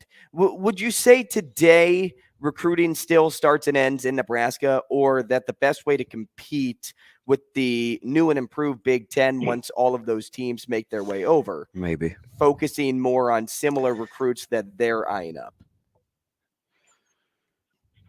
Yeah, that's a good one. I think they've said on the record, so I'll go with what they say. It starts within your borders and you work out. I think with any staff, if you can't win your share at home, you're probably going to have trouble winning elsewhere, so you got to start there and establish those relationships and be that type of program that, Rule has said it very poetically. It's that program where kids who are like in fourth grade, they're going to big time Husker games with their parents or whomever. And they're like, I want to be a part of that. When I was a kid, that was it. That was like what it was like. That was what it was like when Rule was a kid, like with Penn State. It's like you're at this full stadium and it's a big time game with the top announcing crew there, and everything seems at stake, and it just sort of gets it into your bloodstream. Like that's what I want to do. And so that's going to be the key at some point here in the next couple of years, as you start winning and you start putting yourself on that stage where the local kids, without a doubt, are just like, yeah, that's the place first and foremost. If they recruit me, I want a piece of that. So I think they've done the right stuff, though, with the legwork, with the in-state guys. But your question is a good one, because Nebraska's always been so interesting as a recruiting school, because you do have to be diverse in like where you go. I mean, you have to be able to go out west and occasionally get into California, which they will with Tony White some. I think you're going to still see them. You're going to see them more in New Jersey. I mean, New Jersey has always been huge to Husker recruiting, and it's going to be back again, I think, in a bigger way. I think the St. Louis area and Kansas City area could be back and play more. So I think there's some spots that we've talked about Nebraska needing to be in that they haven't maybe quite as much. And this staff, with some of their connections, ideally can put them in play there again. BC, I think it's natural inclination, and it's fair, even, if you will, to have some wait and see. It's not, you can't fully chug the Kool-Aid. Are there what staff hires or coaches at that particular position kind of have you in maybe wait and see mode? It isn't the best way for it, but it's like, I'm not real sure, not real convinced. Maybe it is wait and see. Is there that guy or two out there on staff? Without being negative, you're just simply curious about the fit in that room. Yeah, curious is a good word for it. I think Rob Dvorak, who's talking today, would be a good answer for that, for me, just because I feel like we don't talk about him as much, do we? I mean, maybe you guys do. I just don't feel like he's come up as much because, he's not the 24-year-old like Garrett McGuire, but he is in his, I think, late 20s. 29, I think. Yeah, so I mean, he's a younger coach too, but he was around with the Carolina experience and all that stuff, and I just feel like he's been a little bit more on the fringe of outside conversation. So I'm very curious to hear him today, just like sort of what he's about, what he's looking for from that room. By the way, he's talking today, as is Corey Campbell and Donovan Raiola, to the media late this morning. That's what I'm speaking about. So I think it's going to be a real get to know you session with him, more than even some of the other guys have been, because it just doesn't seem like there's been a lot out there on him and not a lot known, and sort of like what his recruiting style's like, what's his personality like. And he's at a really interesting position group because he's got all these backers. He's got the veterans like your Reimers and your Henriches, but he's also got like MJ Sherman and Chief Borders are listed as linebackers right now. And some of these guys I think can move around and be hybrid type players perhaps. but it's really a wide range of talents and new guys and old guys, and just how he blends that all together is going to be an interesting challenge. Yeah, that's an interesting one because that's not the one that comes up like right away. I think even, obviously McGuire and Coop too, just because the young and inexperiencedness at the collegiate level coaching, because the Power 5 experience as a whole isn't great in terms of this staff. So you can totally tell it's in Rule they trust, because you look at Dvorak and it's 3 seasons. He was a student assistant at Temple. I think 2 seasons he was the quality control coach at Baylor. And then right away he went to a defensive assistant in Carolina. So the ascent has been rapid. Mm-hmm. I mean, because we're only going back to 2014, 2016 at Temple as a student assistant. Curious. The word you used when talking about these guys was curious, and that's a good, I think, term to put out there, because it isn't negative for me with anybody at this point, in part because I look at the track record of Rule's hires at previous places, and you can find like Fran Brown, who was a guy who he believed in at sort of the same age Dvorak is, and now he's working at Georgia as the DB's coach and is widely respected. And there's these other examples beyond. I can't think of his name right now. He's the stud recruiter who was D-line coach down at Texas A&M. I mean, he's one of the best recruiters in the country. But Rule's hired some of these guys who really didn't have much of a resume by outside perspective standards. And he believed in them because he's had enough conversations with them. They trusted them and knew they would work hard. And that's the case again with this staff. But curious is the word, because you're like, well, let's see if that takes off again. And it's okay to be a little skeptical if somebody hasn't proven it yet at this level, and have that wait and see. And I think that's where it is with some guys. BC, I know a lot of people want this question answered, and I wonder if it could come today or maybe allude to an answer. Getting the line of scrimmage back is definitely one of Rule's top priorities. But when do you think is a fair time to think that Raiola and Rule can accomplish this? Well, I mean, I think you want to see steps by the middle of this season where you feel like they're at least a formidable crew. I'm not saying that they're going to be the 95 pipeline or anything like that, but just the building blocks are happening where you're seeing a team that, okay, from whatever it looked like in week 1, by week 5 or week 6, you feel like it's a better football team up front. And in the years where it's gone south, that's been the thing. It hasn't gotten better. There's sometimes there were injuries like last season, but I think I go back to, though, you want to see an identity too, and let's see if the O-line can work off an identity. Like I know Rule went to bat for the O-line in like the first press conference, and one of the things that he kind of slipped in there was, you basically that you got to have that identity where a line and your trench group knows what they're all about and what they're being asked to do, and you're not just all over the map with your plan.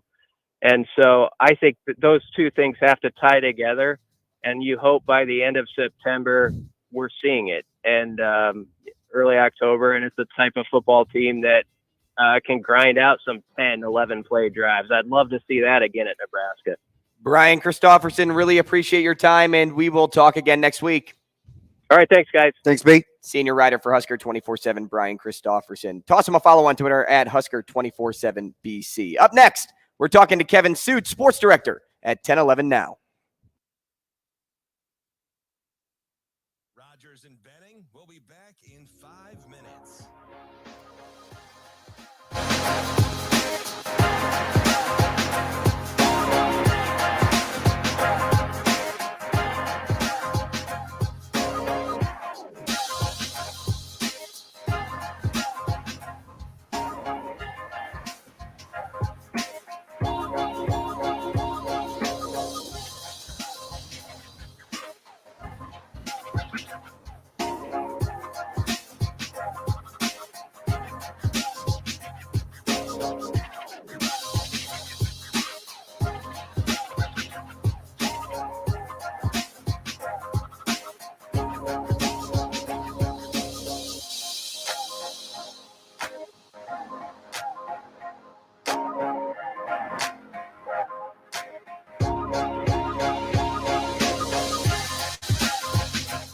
Rogers and Benning will be back in 4 minutes.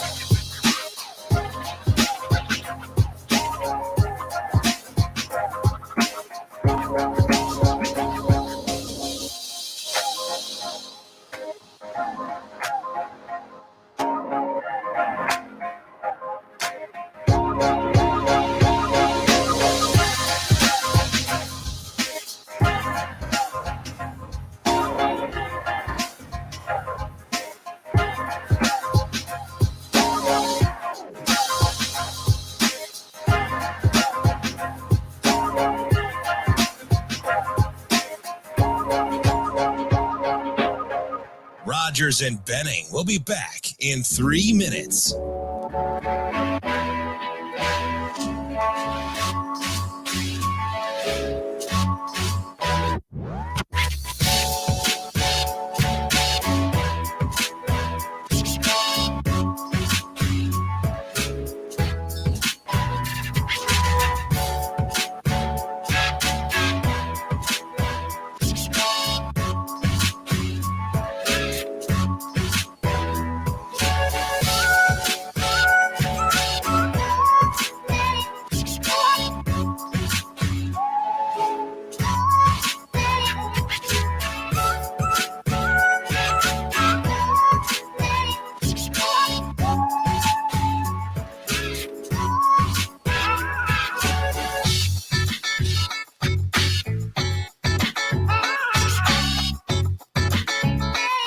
Rogers and Benning will be back in 2 minutes.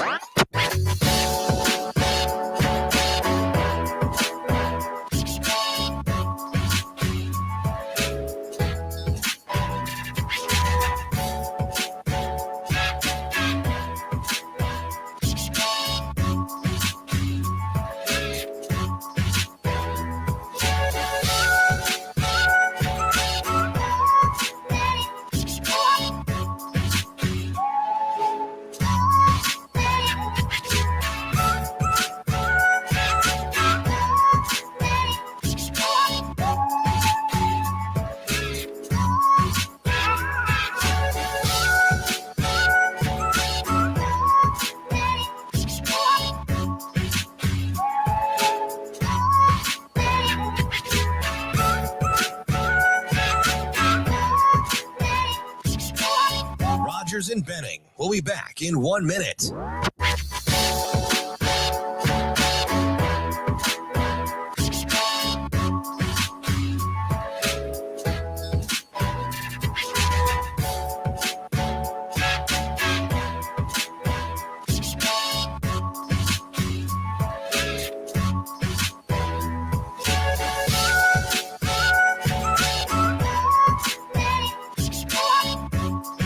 Rogers and Benning will be back in 30 seconds.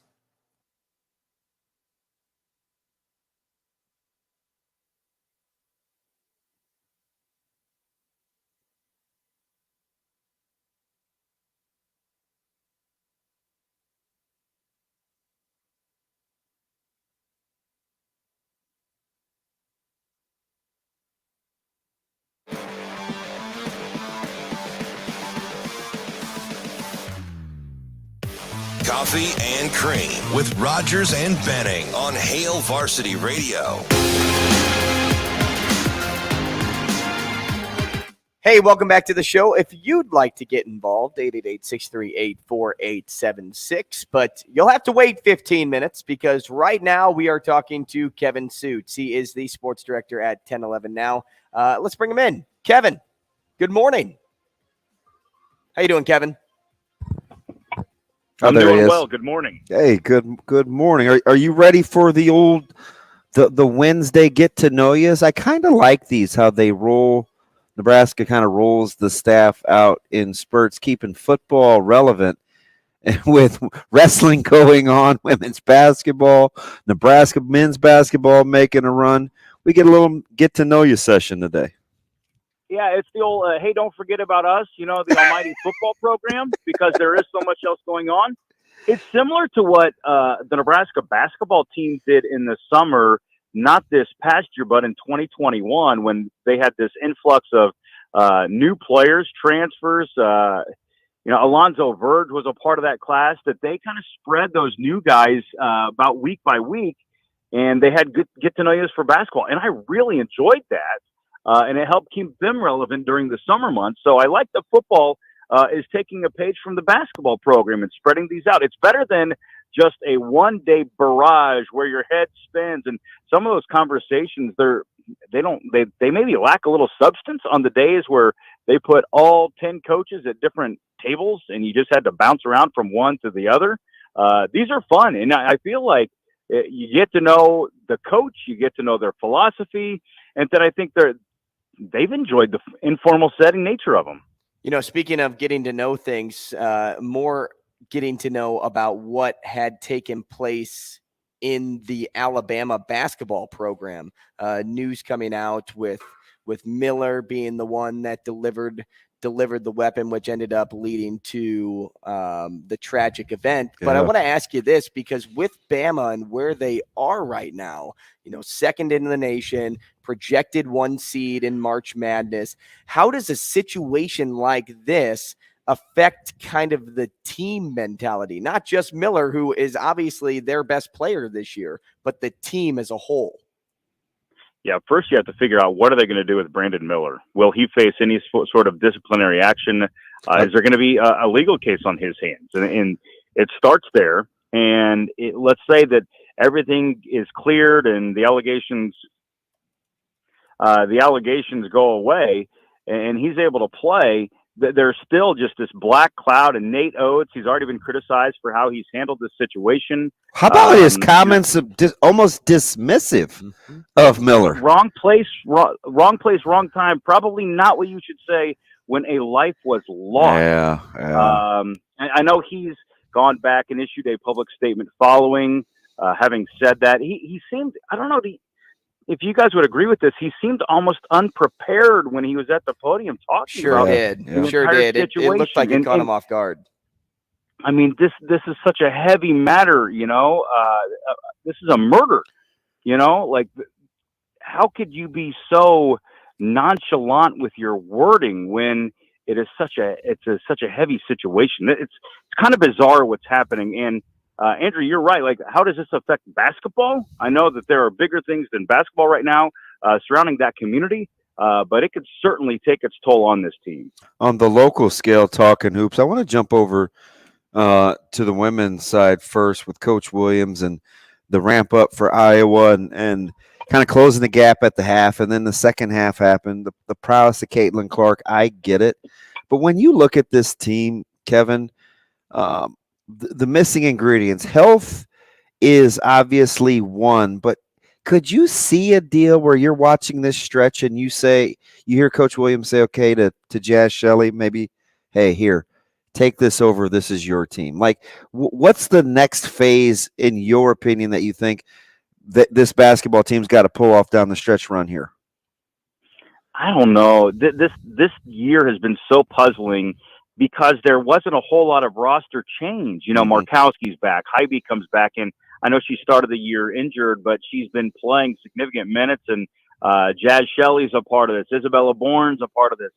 So how did they go from last year, a team that could win when they needed to win and close games when they needed to close games, and this year, the inability to close is so puzzling to me because it's the same players. It's not like you're missing the one person that could score in crunch time. That was typically Sam Hybe, but for some reason this year, I think she's lost some explosiveness. And maybe we're seeing, and I don't want to go too far down the rabbit hole here, but after you've been in a program so long, do you maybe lose your fire or your edge a little bit? Because they've been there, done that? Does the body and the physical toll of playing a fifth season and in some cases a sixth season, does that weigh on you and you lose some sharpness? I don't know. But I do see a scenario where they've tried to just play like they did last year and it hasn't produced the same results. So you have to change something. and maybe allowing Jazz Shelley to shoot the ball 25 times in a game, though you don't want to do that. Maybe that's their best case scenario. And I would contend, don't let Jazz let Isabella Bourne do that, because she is more of a threat inside and out. And if she's on a heater, that team's pretty dangerous. So I would almost maybe run the team through Bourne. The Nebraska women right on the bubble. Creighton women projected as a 7 seed. You have Nebraska basketball that is fighting for a spot in the NIT. You have Creighton basketball, who is going to make March, depending on, how the Big East, conference tournament lines up. We'll know their seed. And then you even have Omaha hockey, who will be hosting a playoff game. Kevin, what are your thoughts on the postseason potency that is taking place in Nebraska this year? It's pretty fun.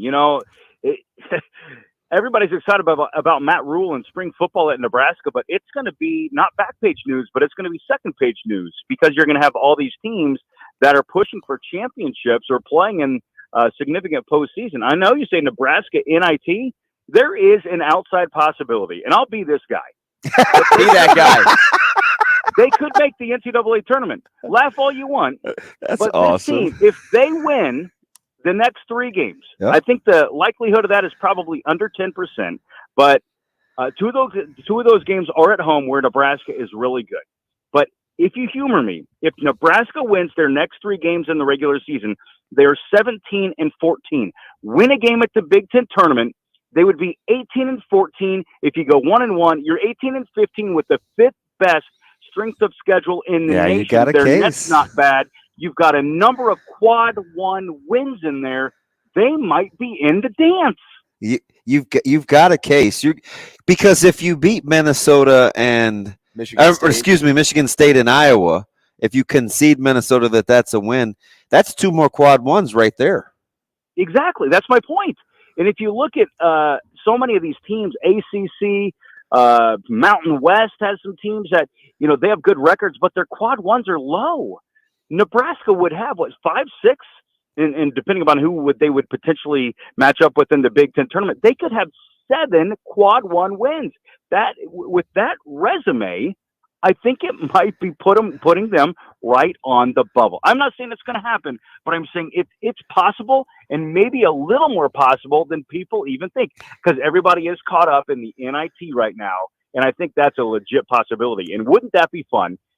Andrew, as you mentioned, all the postseason potency, there could be a lot of basketball left at Pinnacle Bank Arena this season. The Husker men and women may be playing in Lincoln. Do you know who only has 5 quad 1 wins right now, Kevin? Not UNC. Funny guy. Definitely not UNC. Marquette. Hit me with that. Marquette. Really? Marquette is 5-5 in quad 1 games. I think the thing that I look at is who's got a winning record. Now they're 14th in the net rankings, but I just for comparison to humor, you said humor you, so I'm giving you some ammo. Marquette only has 5 quad 1 wins. I mean, if Nebraska has more than 5, I'm not trying to compare Nebraska to Marquette, but I'm saying, there's a lot of teams. You look at the Big 12, right? They're playing quad 1s every week. Yep. And some of their quad 1 record, the record's not that great, but they have some wins in there.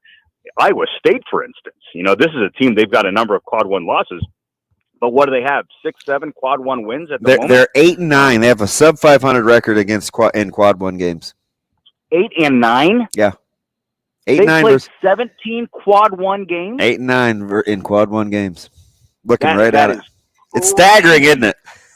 That just speaks to how tough the Big 12 is, and why it's not so surprising that league had so many teams have double-digit losses or near double-digit losses, because they're playing just a monstrous schedule. Yeah. TCU 5-9 in quad 1 games. Wow, they're a good team too. Right? When they're healthy, they're dangerous. What's K-State? 8-6. 8-6. Right. Kevin, now you have my attention. Big 12, here we go.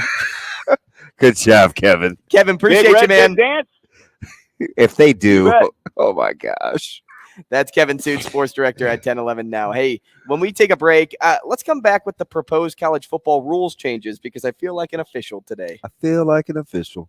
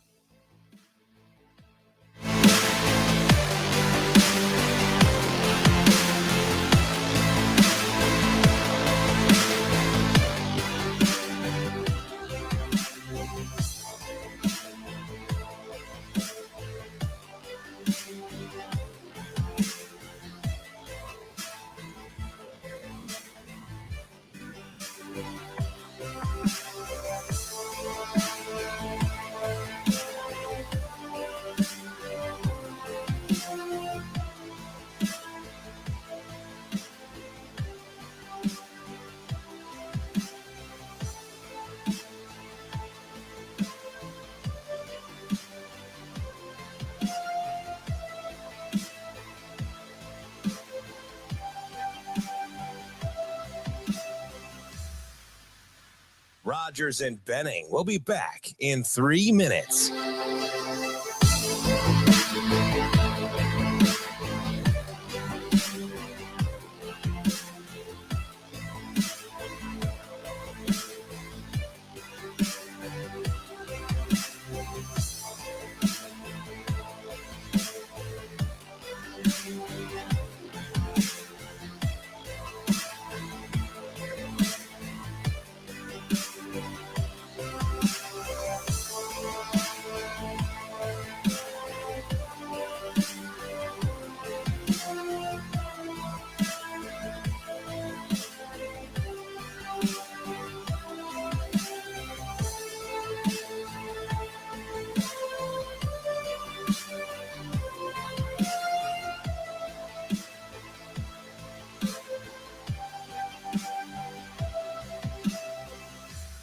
Rogers and Benning will be back in 2 minutes.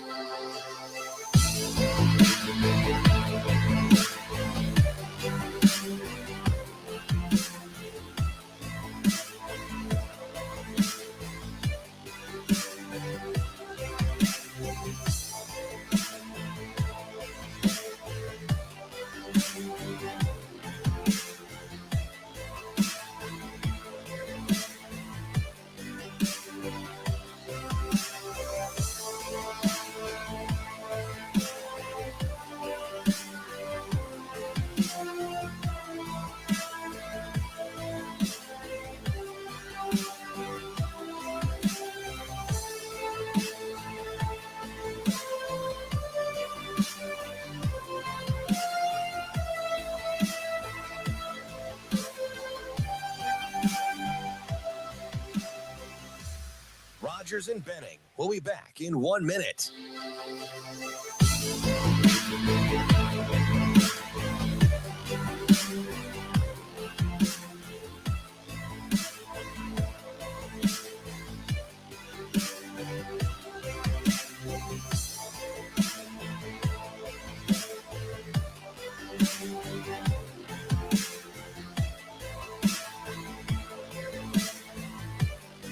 Rogers and Benning will be back in 30 seconds.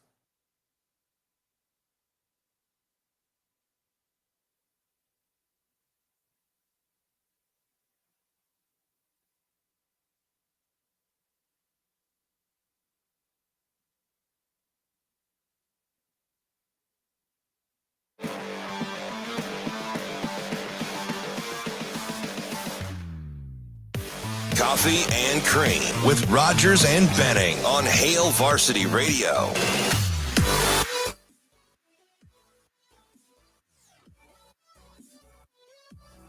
Official, DB. You couldn't hear me there, but I feel like your top official. You could. People out there could not hear me. My headset was not potted up just yet. But why do you think I feel like the top official in football right now?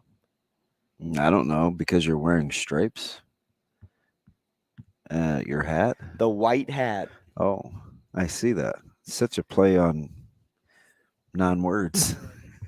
I know, Sip. He does sometimes. It kind of looks like it over there. Do you think this shirt is white with black stripes or black with white stripes? It is white with black stripes. I think you're right. Because why would the interior be white if it weren't?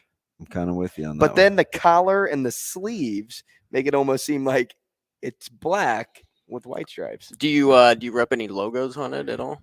Logos? No. My other one has a Misha patch, and that made me have to go buy a new. Because that was certified in Missouri. Yeah. Yeah, but it does not correspond to Nebraska. Some guys do that. We have a couple of guys that put on tournaments here locally. Alvin, Reefstad, and Oklahoma Tyler. They'll put on these tournaments together, and a lot of the officials that they get are like regional. And one in particular that they like is from Missouri. Wow. And so he comes up to work games. People. He gets a hotel. Right. And I was talking Sunday with a couple guys at UBT because two I had just seen working Metro games. I'm like, man, you guys just get games in it. And one of the guys looked at me and he goes, he says, if you look at it the right way, considering it's a job, you don't really pay much attention to the hours. You just figure you're going to put in an 8 or 9 hour work day anyway. so you do what you do. And it just caught me off guard. I was like, I wonder how many people like actually think like that, or is it, man, I'm about to get this money? You start doing that is me. You start doing the number of games and multiplying it by hour, and you start doing the games at the higher levels. I'm telling you, you Well, can make a buck. Well, believe me, yeah, You're a lot of those guys are my friends. So it's like, I get it, but I just don't know. You have to have a unique ability to flush, turn off, start again. And it's not for everybody. That's why I tell people about education. Because teaching and being in education and investing in young people doesn't just stop when you go home. Some can do it. The good ones, a lot of times they can't. For instance, that bed that we needed yesterday that we had picked up, that's for a student. I love that. It's life happens. Living situation changes rapidly. We got to try to adjust, do what we can. It's like, I hope he likes I hope he or she, I don't know who. I hope he likes a firm mattress, because that mattress is firm. I hope so too. I'll tell you, if he's a little stiff at weights and conditioning or can't sit upright in class, blame the mattress. You'll let me know. I'll let you know. But yeah, so it's like, that's how I feel like the key to officiating is you can't let some of that stuff stick with you. I mean, we've 100%. we've read it's hard to let go. The Dankinger stories, right? We are one of the local ones, John Higgins. I mean, the threats to the work establishment from KU fans and the aftermath of that, and who said what. Like, some of that's sometimes it's not the morning after we're talking about your guy. You called him by name, although I saw that on social media a ton last night, and now he has apparently a burner Twitter account, John Anderson. It's like, if you can't flush and wash, man, it would be next to impossible to do. It's not an easy job, and as you said, it's not for everybody. But as we look at the job on the football side of things, there may be some new rules in place, whether it's next season or in seasons to come. And it almost seems like every sport out there, DB, is trying to speed up the game, trying to get it over with faster, whether that's to retain fans, whether that's to get new fans, or whether that's, just because they're taking a lot of feedback from people saying, hey, this game could be 3 hours and 15 minutes opposed to 3 hours and 30 minutes. I don't know the difference there between those two times. If it's over 3 hours, man, this game, it's a long one. Right? Yeah. If it's 2 hours and 45 minutes opposed to 3 hours, I really still don't see the difference there, adding that 10 or 15 minutes. But at the same time, you kind of go with the changes, and here are some of the so-called proposals. So, for one, outlawing consecutive timeouts. This rule would prevent one timeout from being called right after another, which often happens as teams try to ice kickers. Adopting from the NFL. Understood. I think it's fine. I don't have any problems with it. 100%. Not extending quarters. This rule could make it so that a first or third quarter would not be extended for an untimed down. If the quarter ends on a defensive penalty, that down would be clocked into the next quarter. Doesn't bother me either. If that's a change that you want to make, I think it's very minor to the outcome of a game, because it happens in the first and third, and it doesn't fall into the second and fourth. Running clock. According to this rule, the clock will continue to run after an offense gains a first down, except inside 2 minutes and a half. That will be something to get used to. Yeah, because I think, how many times have we heard in the college game, you hear it on a broadcast, when the clock stops after a first down, and they'll tell you, they'll say 50 seconds can be an eternity. They probably don't think like that in the NFL, because the clock never stops. And, 50 seconds, it's pretty hectic. They certainly wouldn't say it's an eternity, although we've seen comebacks happen. I mean, some teams like Kansas City only need 13 seconds. So That would be vastly different with the untimed downs at the end of the first and third quarter. That doesn't really speed up the game though. Going back to the second one, right? Like that in theory that wouldn't speed up the game. If it's an untimed down on a penalty and it's at the end of the second quarter, just go to the half. Say that happens every single game, at least one time. What does that save you? 2 minutes? Maybe, right? Yeah, maybe. It's not much. But to further your point, it doesn't happen every single game. So is this rule just in place so that you can shave off a minute or two if need be? Now this third one though, with the clock not stopping after first downs, that does change. Change the tempo quite a bit, and it's more a stressor on the coaching staff and the hurry up offense to get things ready sequentially than it is to speed the game think up. about Nebraska here. They want to get more into using the huddle, being in the huddle, into the line. I know that, at different moments in the game, you can run a hurry up offense and be fine. But, as they run a pro style offense, this kind of benefits them in a way. And if you're taking a look at, we were joking in the first segment about Coach Rule's tweet last night. I think what they were really looking at is 2-back run game.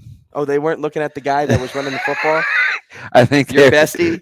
I think they were really looking at.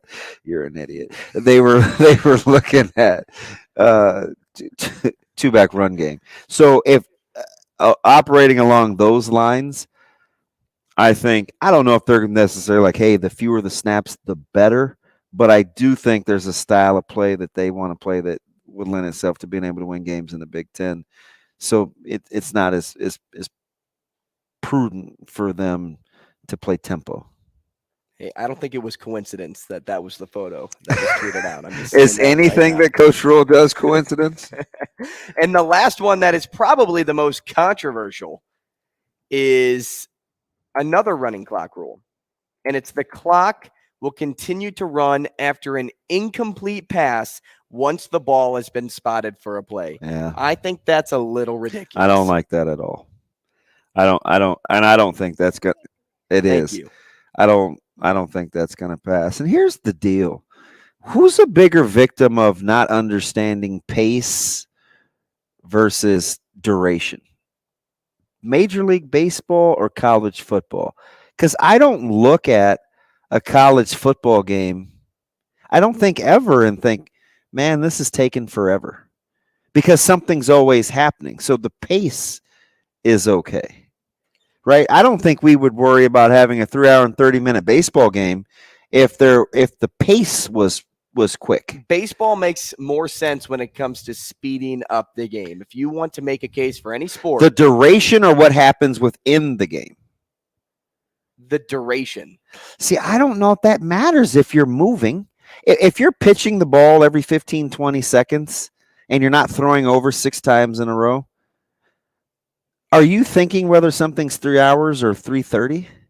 Well, I'm thinking like, oh man, this game's lasting a while. I'd be curious. But like, I think if something's something's the same, right? Speeding up the stuff inside the game speeds up the duration. Well, so when Beltran's not hosing guys in the 9th inning, I love when you bring up Beltran to save runs versus the Dodgers, and you get into the 14th inning with game winners. At what point did length of game creep into your frontal lobe? Right. Well, it didn't. It has because it's never crept into because mind. something is always happening. I just think we confuse pace with duration, and I think they're different.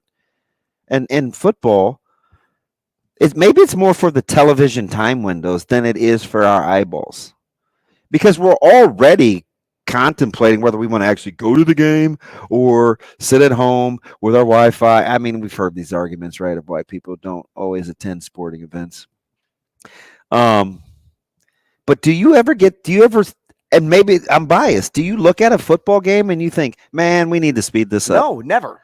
I don't think I've ever thought that. And how much are you really speeding it up at the end of the day? That's what I really want people to think about. You're saving at most 20 minutes. I just don't want to compromise the integrity of the game for the sake of speeding it up. And I think that last rule is not a DB thing.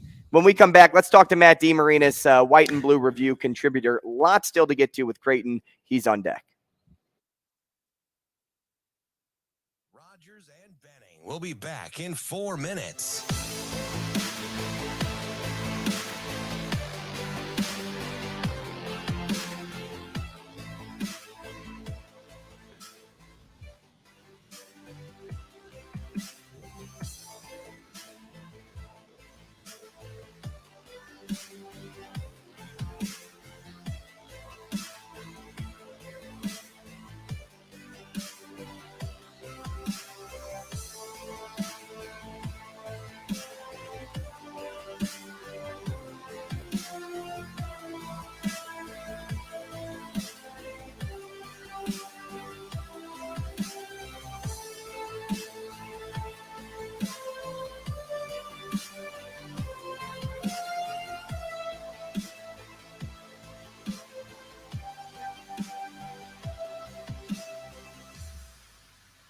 Rogers and Benning will be back in 3 minutes.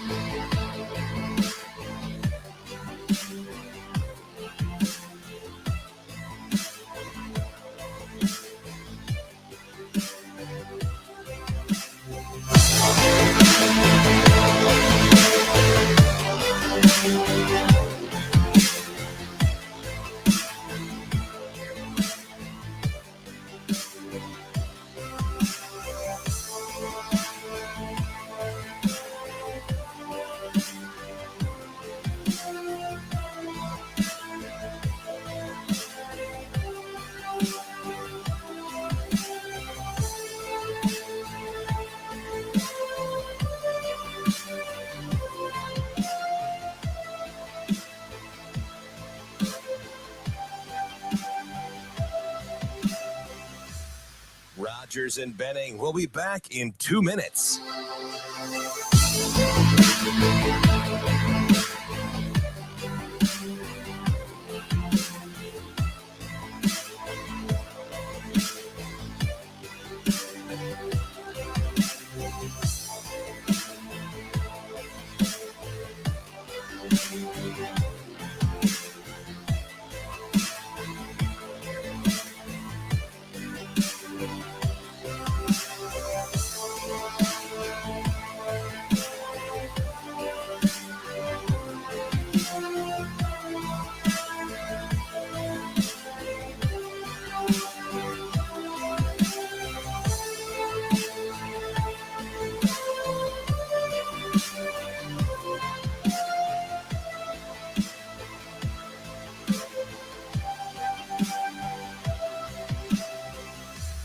Rogers and Benning will be back in 1 minute.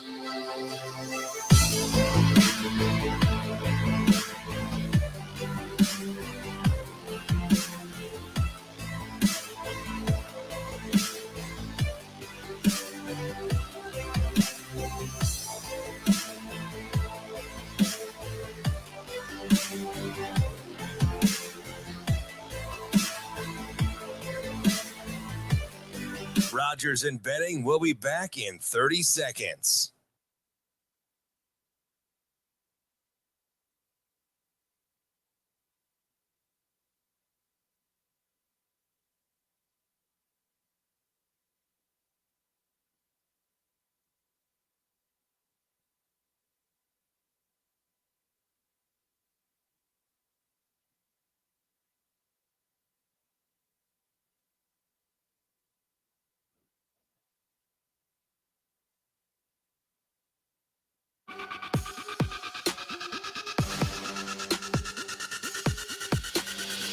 Coffee and Cream with Rogers and Benning on Hail Varsity Radio. You almost wonder, do you want to miss it? Are you better off missing this? Jones with one more. Misses it. Shireman the rebound. Heaves it up well short. And Marquette grabs a giant road win at Creighton. Man, was that as close to a foul, too? Stop. As Shireman gets that board and hucks it up. If you are Shaka Smart, are you like talking to Cam at the end of the game and saying like, hey, let's not get that close next time, I think because they've been whistle happy. Yeah, I think given what was going on in that game, you're just happy that the clock finally hit 0 if you're on the good side. I think he's probably like, man, let's get out of here. This was dicey from the jump. That's way too close for comfort for me, trying to play defense on a 3-quarter heave. Dicey from the jump. Hey, let's keep this conversation going with our guy, Matt DeMarinis. He is a white and blue review contributor, on the stream right now with us. If you can catch us live on YouTube, live on Twitter. Matt, good morning, man. Morning, fellas. How we doing? Matty, how are you, buddy? I'm good. A little sleep deprived, but I'm good. Matt, start here though. Can I ask this? I was just gonna say I didn't know when we wanted to book him early in the week. I was like, hey, we got to get Matty D on this week. And we said like Wednesday so he could get the big time slot. I had no idea that this game was going to happen the night before. Yeah, so Matt, all I really want to ask you is your initial reactions to the game now that you've had over 12 hours to kind of let it soak in. Yeah, the prevailing thing is that Tyler Kolek was incredible. Basically, as soon as Marquette hit panic zone, because it's really rare when a coach has to call 2 timeouts in one half, and that's a sign that the coach feels like his team is wilting a little bit and needs a wake-up call or just needs something to really lock in. And for Shaka to have to call 2 timeouts in the first half kind of let me know that he felt like his team was on the way to getting their doors blown off, and that when they came out of that, Tyler Kolek was a different human being. I mean, I think Creighton had done a good job of kind of bottling him up, either bottling him up or him just maybe not being as involved as he needed to be. I think it's probably a little bit of both, but after that point, when Marquette hit that danger zone, he took the game over, and especially in the second half and down the stretch, just an absolutely masterful performance. One of the best individual performances I've seen all season in terms of controlling so many facets of the game, from pace to movement offensively to where guys are supposed to be, to getting to his own kill spots inside and outside the arc, to finding guys after manipulating defenders to draw attention to himself. Like, just an absolutely dynamite performance from that guy. I mean, unbelievable. This is why I love, like, so everybody, you're a huge Matty fan, yada, yada, yada. And I'm like, so this is kind of some of the cool things that I like about you, though. Like, you're the ultimate fan, but you do media work. So you have this, like, pretty cool balance of being able to be retrospective and still give analysis. So I'm glad we've got some time here, because I want to ask you something that is right in your wheelhouse. What do you think in that environment was the difference when you reference the timeouts that Shaka called? Creighton had got it to 12. They come out of the second timeout and immediately go to work. Mm-hmm. They scored, I think it was a 7-0 run. They cut the deficit. And so you think, okay, they're going to be hanging around, versus the quick timeouts that Matt called in the second half when they were turning the ball over early, and it took his team a little bit of time to kind of respond. What do you think was the difference and how those messages were received, given the similarities of why the timeouts were called? Yeah, I think there was a mentality shift when you looked at just the tenor of each team's attitude towards how the game was being played out. I think when you saw Creighton up 12 and Marquette, basically punting timeouts to try to get something going, I think Creighton felt really good about how the game was transpiring in terms of the things they were doing to make Marquette get Marquette out of rhythm and off schedule offensively, versus what they were getting on the other end of the floor and how easy it was. I mean, they were getting to the rim. They were like 78% at the rim. I think at that point they were still perfect, and they were also getting really good looks from three. They started off ice cold, but once Mason Miller and Francisco Farabello came in and knocked a couple down off the bench, that kind of lifted the lid off the basket from 3-point line. And it just the quality of offense for Creighton was A+.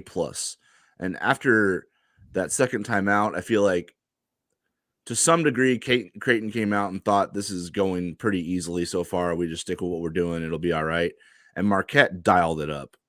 And I think you saw them come out of the locker room with a different level of intensity on Marquette's side, and Creighton just never was able to match it until you got to about that under 8 spot in the game where they were down 10 and desperate at that point. So I think something changed with Marquette's mentality that allowed them to overcome what was at that point all Creighton on both ends of the floor. And, Creighton did come back in the game. They didn't, give themselves a chance to win. But I think you just ultimately ran out of time in that aspect. But Marquette dialed up their intensity to a level that was championship level. And you, in the second half, when you look at the type of defense they're playing, how disruptive they're being, and how efficient they were offensively, that was a team that said, we got 20 minutes to basically win a championship today. Let's get it done. And that's what they did. Hey, speaking of overcoming things, how quickly does Creighton need to overcome this game, put it behind them, and look forward? Because there was so much that happened, so many emotions in this basketball game. How do they quickly put this one behind them and say, look, we still have a job to do? Do you need me to pull up Justin Moore's clip reel from last night? Because oh my gosh, boy, his post game was sensational too, though. He's a real dude. I am amazed that he's back to that form this quickly after what he had to go through. They are legitimately some cyborgs at Villanova. Like I he legitimately almost choked on a dunk too. And he was unflappable. He's like, yeah, okay, maybe I don't have my bounce, but I got some other game. Seriously, that's a bad dude feeling really good right now. And Max said it in the post game immediately is how quickly they need to wipe this and move on, because the Big East regular season title, for all intents and purposes, unless Marquette chokes it away at this point, is wrapped up. So the goals from here on out are bounce back, get some mojo going, start playing your best basketball, because you need to be, you need to start looking towards New York, start looking to NCAA tournament seeding, and all of that starts with Villanova. You have to be able to. It actually starts with practice. I think they'll probably take today off, but whenever they get back in the gym, it starts with that prep. They have to be mentally ready for everything Villanova is going to do, and not so much about this game anymore. It'll be quick. Undersell, oversell, much ado about nothing. It feels like, this is just me, it feels like we're kind of underselling the inside the walls coaching jobs that this staff has to do with this team, right? Coaching a lot of good players. That was the start of the season. Embracing roles. That was part of it. You had some ebb and flows of some early season struggles. You got to revisit the Nembhard, Alexander, Kaluma, Kalkbrenner synergy. You get it going. Nembhard kind of gets a little bit of backlash. He gets it going. Kaluma gets benched last night. You're going to have to start there. Sharman was struggling. Are we underselling what's happening or what has to happen that we're not seeing on the basketball court? Or is this just simply the cost of doing business of a top 20 program? To some degree, a little elements of all of what you just laid out there, not to kind of cop out, but I don't think they're going through anything unique in terms of trying to find a way to make 5 guys on the floor click at the same time, or to a high enough level where you're seeing consistency.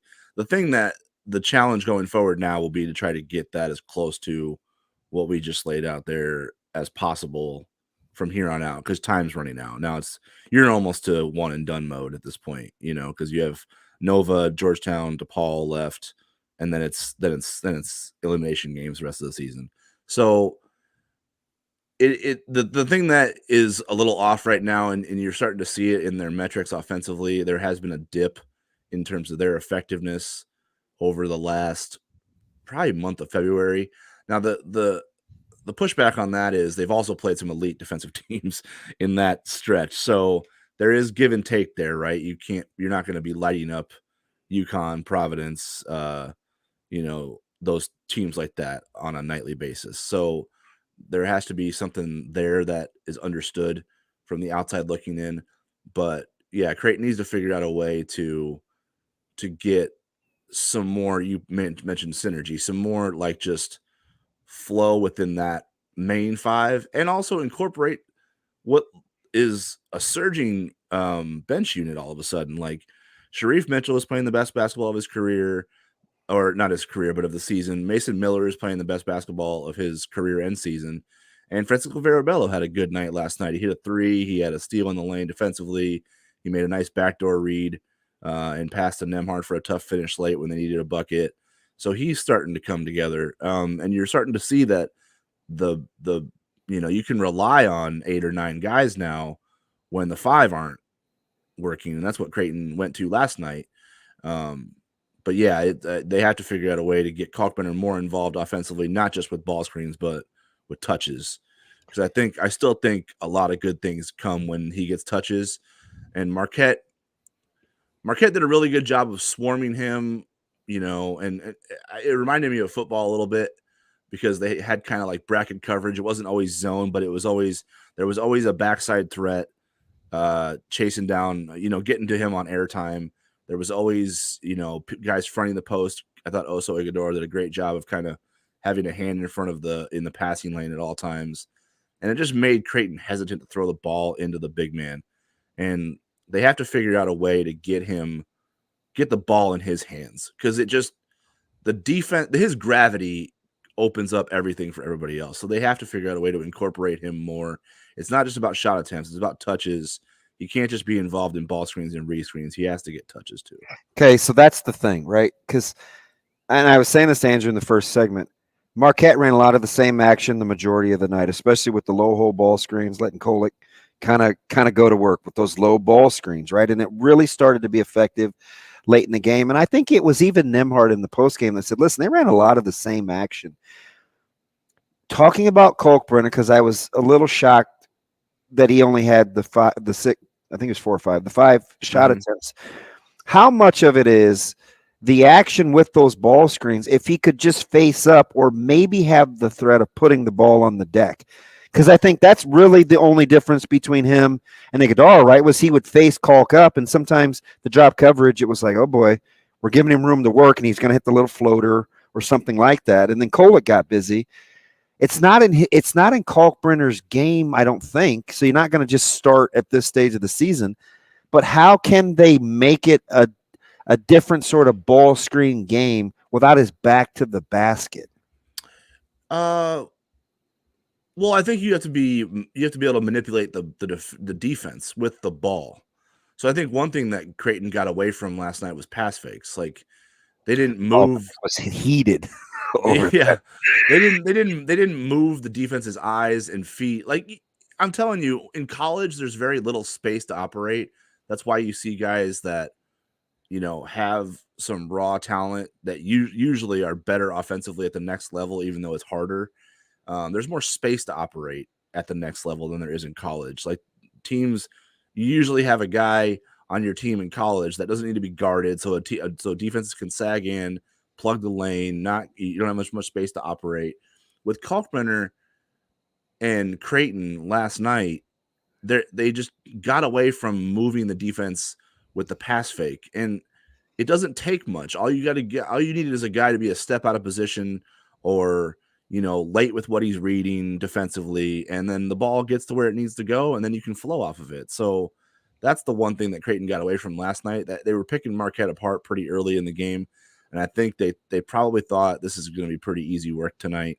And they just kind of got away from the simple things that create high quality looks, and that's why you saw the turnovers come, in rapid succession in the second half, because Creighton was just kind of thinking they could get wherever they wanted to get and didn't have to do the little things like pass fakes or, get into the teeth of defense and jump stop and, pivot 1 or 2 times and spray it out and get moving off of that and cutting. So I think that's kind of what Creighton needs to do offensively in order to get Kalkbrenner involved, because especially against teams that are long like Marquette, you have to be able to manipulate them with pass fakes and things like that.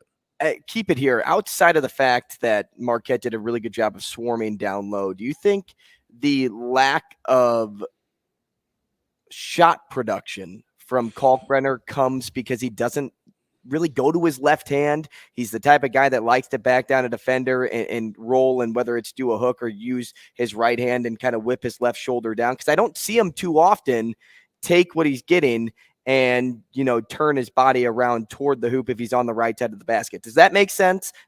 So to if some degree, I think he's really good going over his shoulders, though. It's all about how much position he can get early, and if he can get an early seal, that's where he has to have a touch there. That's what I mean. Like, there's times where in possessions he'll get an early seal and the ball won't be delivered, so he has to come all the way back out from the rim, set a ball screen, another screen, and then usually that gets reversed on the side of the floor. He has to go right, and I'm with that. Yeah. I'm with that. But when he has positioning down low, and he's on the right block, or I guess the left block in this case, and he gets the ball and he does his so-called back down to the defender, instead of going left or bringing his right shoulder down and going up with his left, it tends to feel like he only wants to go up with his right, which is obvious. It's his dominant hand, but could you get more production out of him if he went left, or is that just completely out of the question because you won't get as much good production out of him if he does try to utilize his left hand?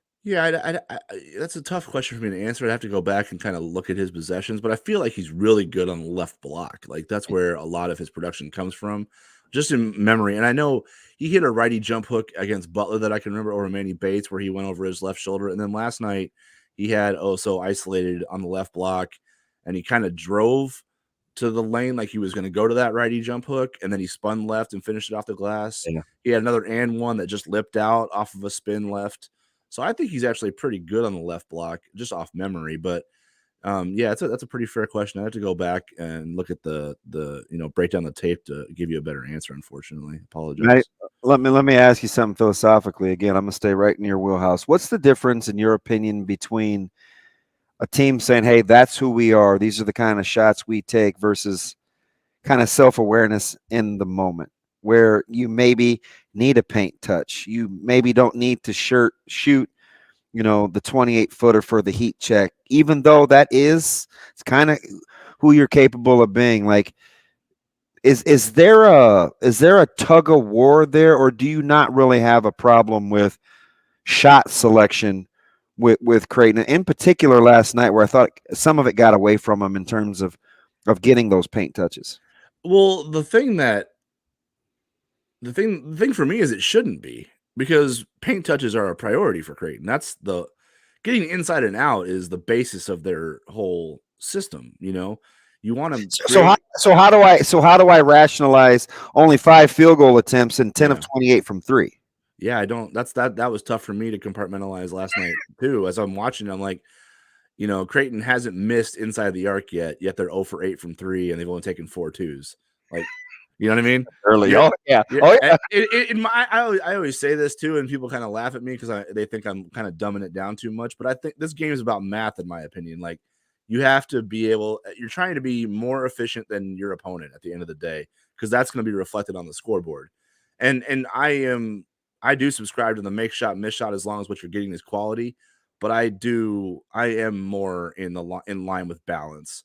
I think if you have opportunities to score inside and you're doing it effectively, you have to be able to keep going in there and create situations for yourself to the point where you almost force a defense to sell out to stop that, to create the other part of the game, which is the 3-point shot.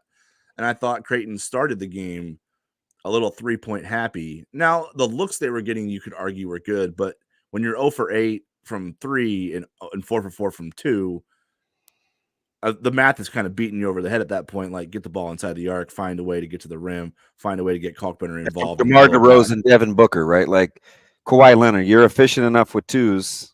Yeah, like if you're like don't hate what's working for you, like just keep going to it until Marquette stops you. I mean, that's what Marquette did last. Marquette to go 5 of 18 from 3. That's atypical for them. They shoot it better than that. But you know what was working for them? Yeah, they shoot everything off a ball screen where they got downhill into the lane. Like, you know what? This is kind of pretty effective. Let's stick with it here. Let's, they only took 10 threes in the second half. They just kept going inside and they got to the rim. They weren't afraid to try to challenge Kalkbrenner. They did a good job manipulating defenses and drawing people to the ball handler and then playing off of him with cutters. I think Marquette's cutting efficiency last night has to be off the charts because it felt like every time they got the ball inside, someone was coming off the other weak side of the floor, into a passing window for an easy layup or a dunk. So, or to get fouled and go to the free throw line. So, you just kind of have to figure out what's working for you in the game, process it in the moment, and then go to it until the other team makes you do something else. We're talking to Matt DeMarinis at MJ DeMarinis on Twitter. Matt, at this stage in the season, how critical, how crucial have the bench points been for Creighton? He started this early in the non-con. Right. He's like, hey, guys. In the last few couple games, whatever you want to say, especially when you have a situation like last night where Kaluma finds his way to the bench. Yeah, well, look, I can put this as simply as possible. The more guys you have on a scouting report that have to be accounted for from an opposing defense makes you tough to beat on a short prep. And at this point, we're getting to the point in the year where short preps are all these teams are going to have. So the more options that Creighton has from a coaching staff perspective, where they can like, look, we've gotten 3 or 4 kind of dud minutes out of player A. Let's give player B some reps and see if we can change the complexion of the game here. And honestly, like the way Marquette started the second half, who changed the complexion of that? Sharif Mitchell's defense, Mason Miller banging a 3. Late in the game, Francisco Barabello, I mentioned the backdoor read he made to Nemhard. Like those guys contributed. I mean, and two of those 3 had 2 of the only 3 plus minuses. Mm-hmm. Yeah, exactly. Right. Barabello, Mitchell, and Kalkbrenner were the only 3 with a plus. Exactly. And honestly, look at the start of the game too, even though Creighton played pretty well for that first, 15 or so minutes and then finished the half pretty well. The first 2 threes of the game were guys off the bench. You know what I mean? Guys that in Farabello haven't been hitting shots all season, and another guy in Mason Miller whose minutes have kind of been, a roller coaster ride throughout the year. So those are the 2 guys that broke the seal for you in the first half and got your offense going to the point where Shaka Smart's looking at the stat sheet going, okay, they haven't missed inside the arc, and now these bench guys that we really didn't, scout to take away tendencies of are banging threes in our face. Like this is panic zone. Like I need to get this thing, buttoned up here. Otherwise we're in trouble. Better case to be made for officiating. God, this was a fast 20 minutes. The Creighton women at UConn or last night at CHI. The better case for what? To be upset about officiating. Oh man. No, this is the running thing I tell people all the time. As bad as you think the officiating is on the men's side, you have not. The people that only watch one or the other, you have not experienced anything like this. Last night, I barely batted an eye last night. I know other people disagree. And honestly, one thing I haven't seen on the women's side is a ref squaring up to a coach. That's new. Hey, that's new for me. I've seen bad calls on the women's side, but I haven't seen a ref square up to a coach yet. So that was new. That was a new experience in reffing. But no, the game at Gamble was a far bigger robbery than anything that transpired last night. I thought there were more situations that Creighton could have controlled that would have made the officiating null and void last night that they didn't. And it brought the officiating into the equation. And then you start going back over foul, no foul, like, what you can call when, like, did Nemhard foul Cam Jones at the end of the game? By the letter of the law, yeah. By the way the game was officiated for 40 minutes, no. Like, so you can go back and forth on that all day. The bottom line from last night is Creighton lost more lopsidedly, is that a word, in the controllable area to Marquette than they did in the officiating. The game at Gamble was absolutely just ripped away from the team that outplayed the other team. So that's not even it's not even in the same stratosphere. No, absolutely. That's what people need to understand. Hey, let's just remember too that this happened in the regular season and not in conference. We got a championship play or March Madness. Hey, thanks, we love Matty D. Thanks, Matty. Appreciate you guys. Have a good one. You too. That's Matt DeMarinis, White and Blue Review contributor. Coming up next, as we continue our roster breakdown, we move over to running backs, which Coach Rule was taking a peek on over last night's, let's just say, old footage. He went into the archives. That's next.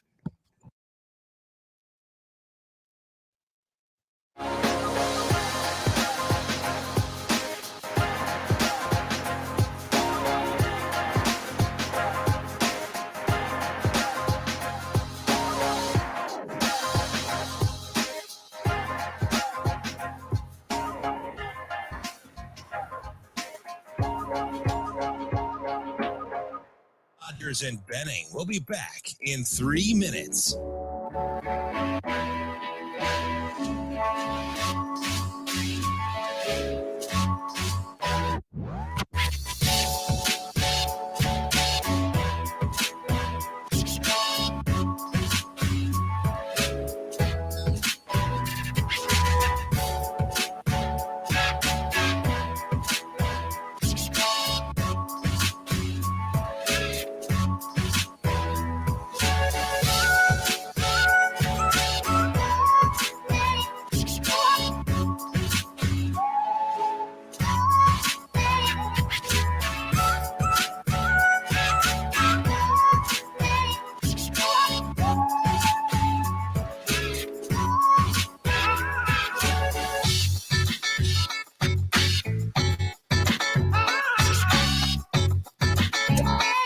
Rogers and Benning will be back in 2 minutes.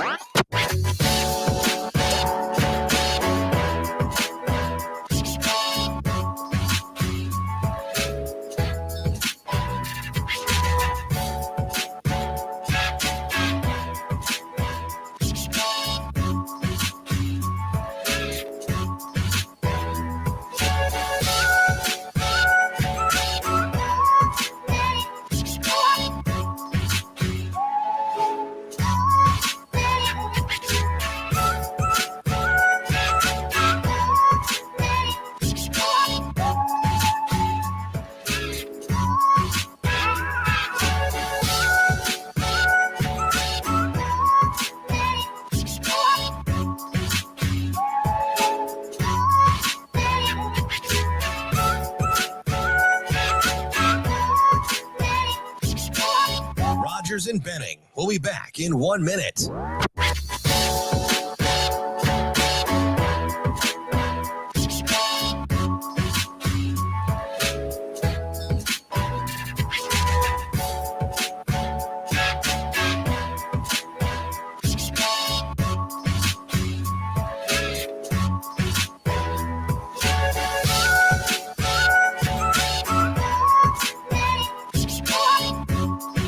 Rogers and Benning will be back in 30 seconds.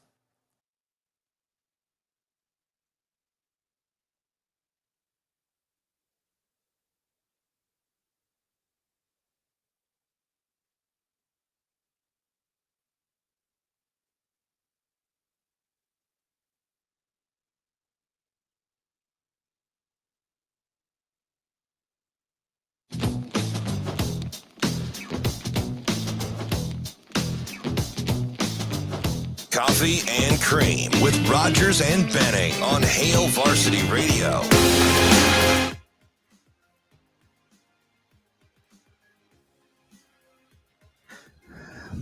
Hey, did you find yourself watching the Orange Bowl MVP last night? That is from so back in the 90s? overblown, man. You know, I don't even like You love the attention. Yeah, right. That's why I'm giving it to you. Yeah. I'm feeding you. Yeah, I know you need it. I love know you it. need that. Love it, attention. love it, love it.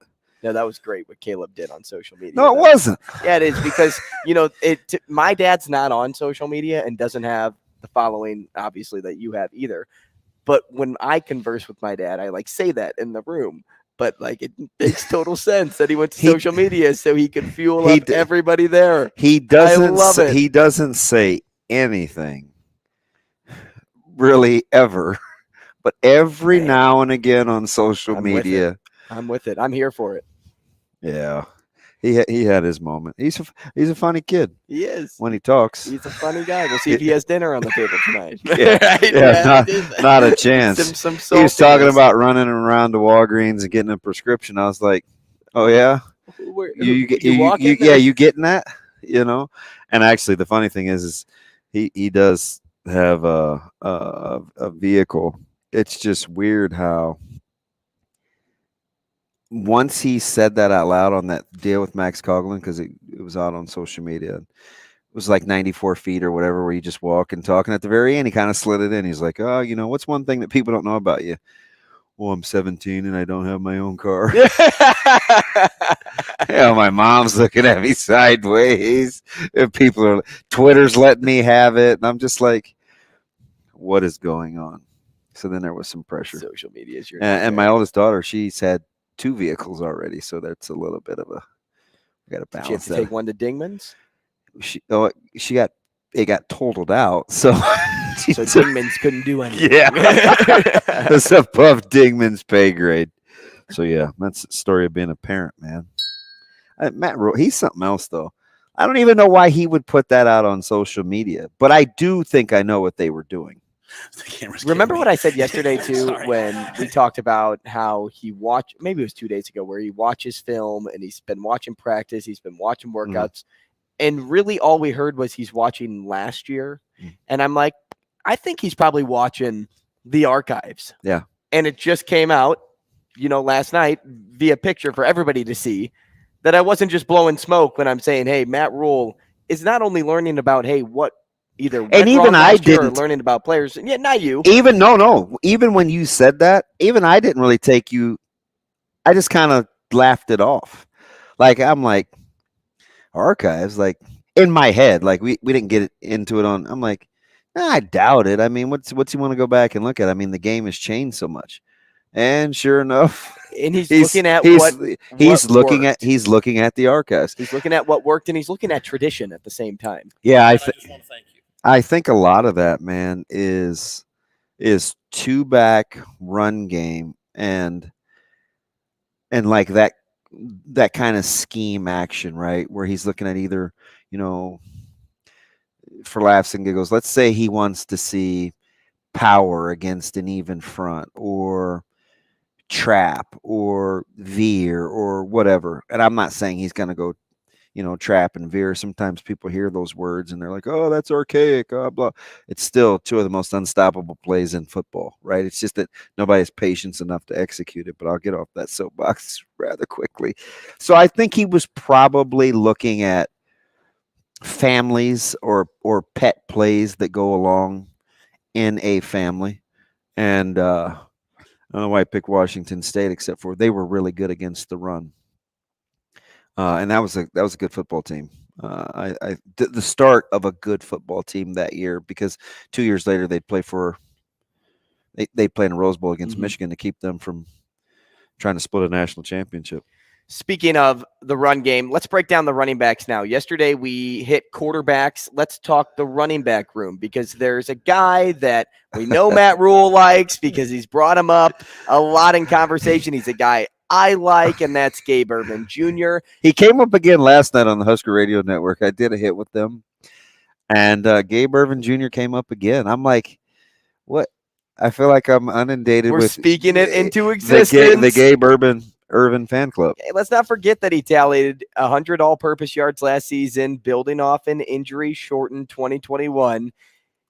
He's someone that has talent and has the ability to be treated as a number one. It's why he started as a true freshman. It's just now you have some bodies in the way that really starts and sparks good competition, because the guy at the very top is Anthony Grant after last season, running for 915 yards. He had 18 passes over 100 yards. And let's remember, too, that he only lost 1 fumble. So he was very good at protecting the football, something that Matt Rule has been emphasizing on his group offensively, not just with his quarterbacks, but everywhere else. And Barthel, he said the sky's the limit with this guy. In regards to his potential, he said the sky's the limit. So you have Gabe Ervin Jr. competing with Anthony Grant and vice versa. And then who else do you have? You have the guy that you like, somebody that has been on your radar and who you thought was actually probably the best runner of last season in A.J. Allen. Yeah, they're deep. And I know, how about this? How about how much they like Ramir Johnson? And that's another addition in the five. You talk about going back and watch film. I know it was a head scratcher to that staff why he didn't play more. It's like, hey, what's the deal with this Ramir Johnson? On tape, he's good in pass protection. He catches the ball out of the backfield. He's a downhill runner, kind of a 1 foot and go guy, which is, I think, what they want. And it's the room, in my opinion, that I think has, outside of the secondary, has the most high-end range, because they all could be good. There's not really a just okay guy in that room. They all have the ability to be pretty good. And there aren't a lot of position groups, I think, that can say that. And when you pit them with the coach that I'm arguably, it's a debate. I got a couple that are in the hunt now that I'm getting to know more. But EJ in the first couple weeks was like, Team EJ, Team EJ, That Team was your EJ. guy. Now he's got a little competition, but I am excited to see With what Matt they Rule. do. I am excited to see what they do with him.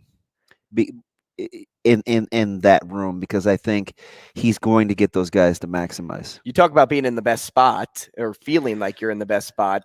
They are very comfortable with their running back room, and it showed by not even going to the transfer portal and saying like, hey, we got to add somebody. We got to bring somebody in. No, they like the room that they walked into. So even just the 4 guys that we listed there, that's just a percentage. And I think of what this 6 room is can be. okay for a scholarship running back room. 6 is okay.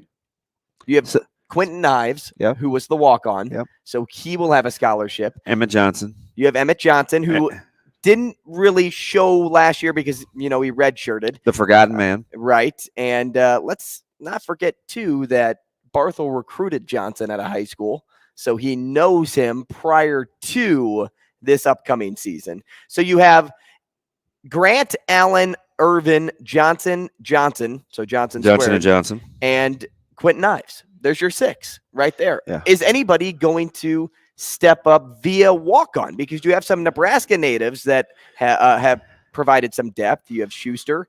You have Lubin. Out of Wahoo. Yep. You have Harris out of Omaha South. You have Aiden Young out of Elkhorn. I mean, these are guys that were listed on Nebraska's 2023 roster. And a couple of those guys I really like, too, in terms of their running ability. But have since been removed. So more likely, it's got to be a top 5, right? It's a deep, talented room, and what I hope is they continue along the lines that they were progressing last year in terms of just being professionals in that meeting room, which I think is a big deal because, as you know, working with me, like I just think sometimes running backs can be kind of prima donnas by nature, them and wide receivers. And so I think direction and discipline in that room is the most important thing because the talent, at least the baseline of talent, already resides in that room. It's just now manufacturing it and bringing it out on a daily basis. And let's even mention, how about 2 current walk-ons from this last recruiting class? You have Cole Ballard and you have Gage Wager. Yeah. And Coach Wager's son is obviously brings the son of a coach, and you know what it's like watching Cole Ballard. See, Cole Ballard is one of those guys that I talk about who makes you uncomfortable that you're not doing something with him. If you're not doing something with him, because he's going to practice in such a way where he doesn't need a babysitter. He's a tough guy. He's typically available, and he's relentless. So he kind of, just his presence on the field, he kind of taps you on the shoulder, and it's like, hey, yeah, I'm here. And I'm still, really anticipating the fullback position, right? And who's going to be there. And I think you're right. I think you're spot on, because I do think a lot of that, the film that he posted was literally about 2-back run game. Right. So there's your short breakdown on the running back room. We'll get into wide receivers, tight ends, all of that jazz later on as the shows move further. But 2 for You is actually up next. Rogers and Benning will be back in 4 minutes.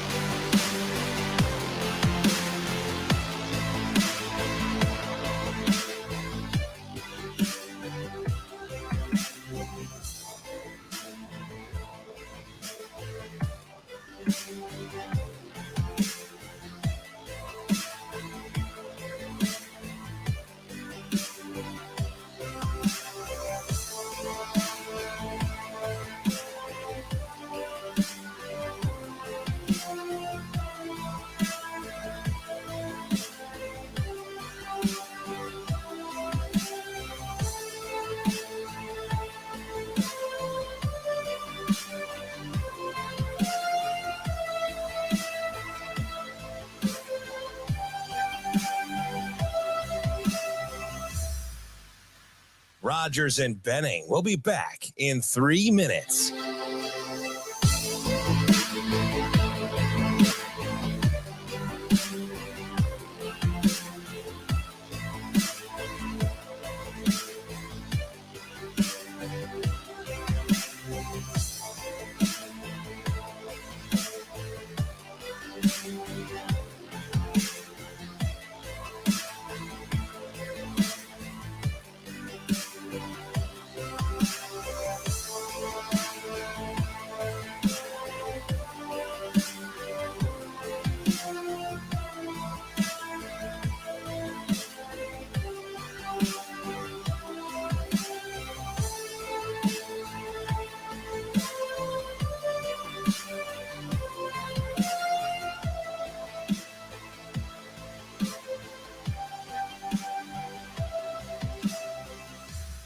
Rogers and Benning will be back in 2 minutes.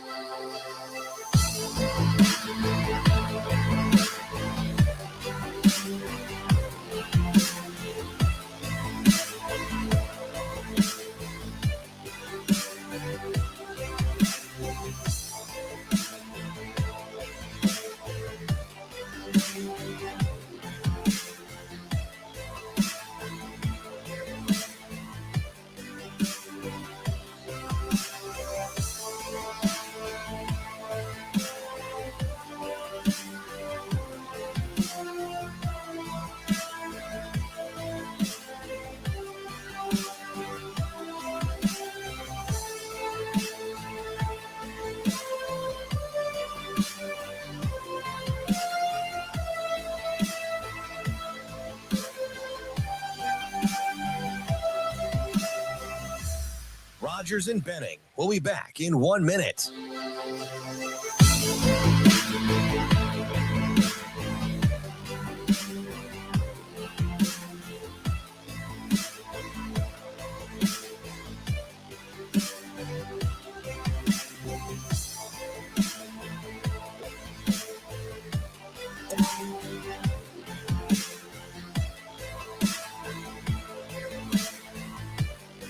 Rogers and Benning will be back in 30 seconds.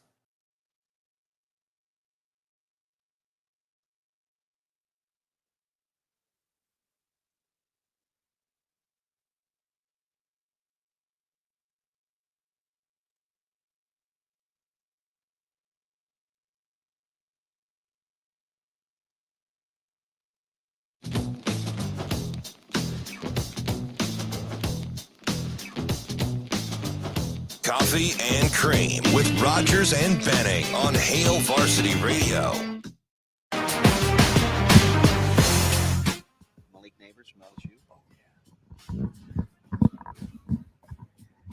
Hey, welcome back to the show, 888-638-4876. If you'd like to get involved with the game we're about to play, 2 for You, one of our favorites here on the show. We play it every Wednesday, and it's presented by Dingman's Collisions Center.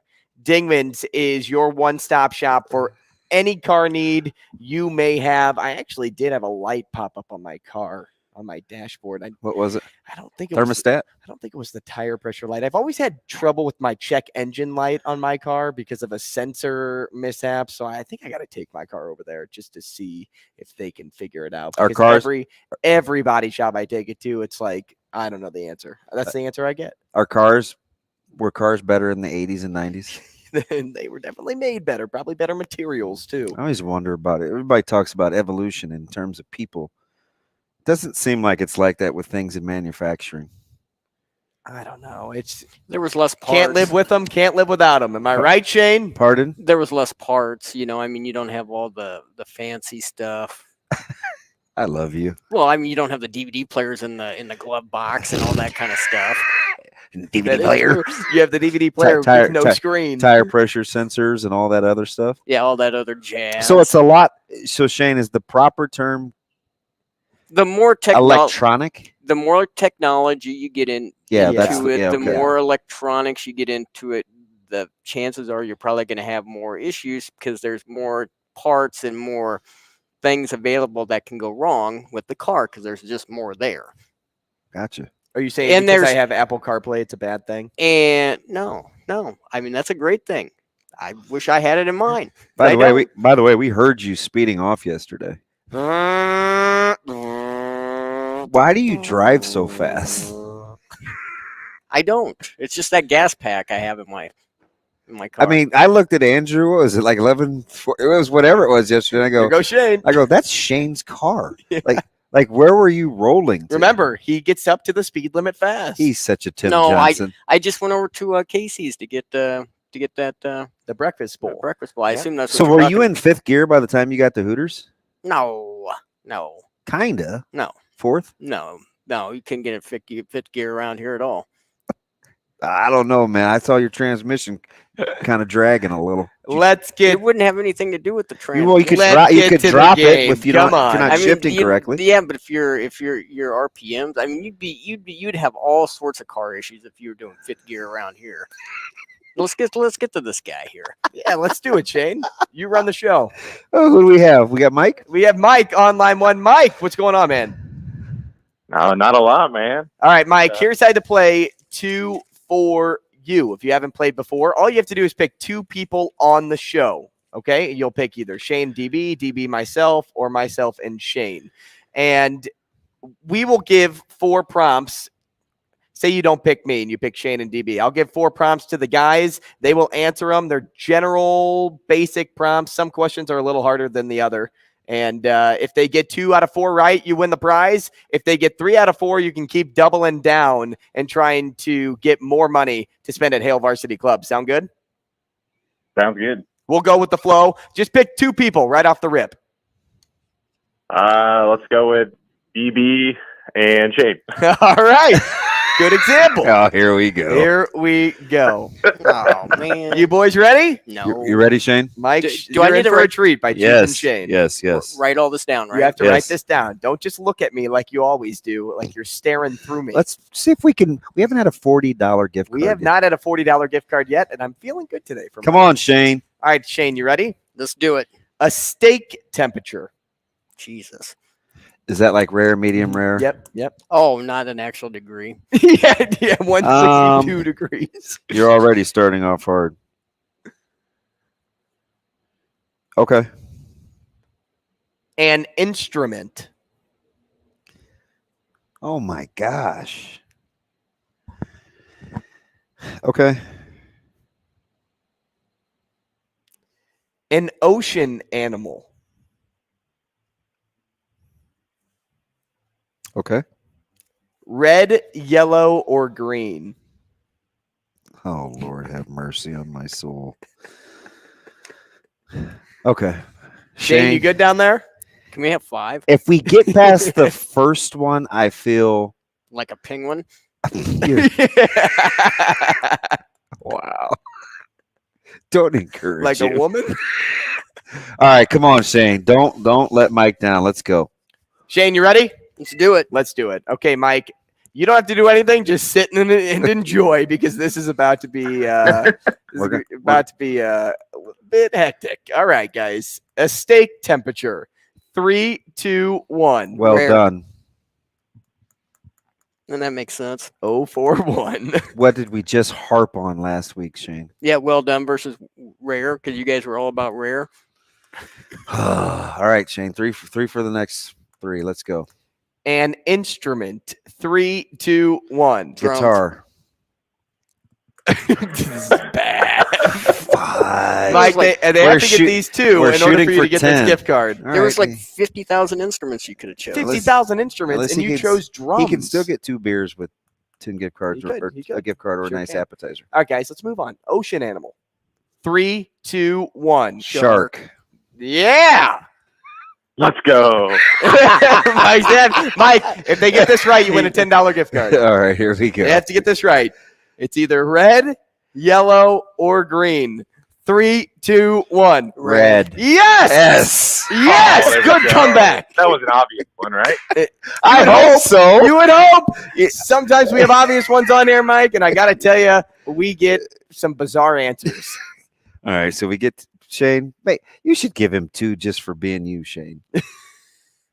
No, that's actually tough. Like you pick Those were hard. I felt like stake temperature was relevant to what we have talked about before.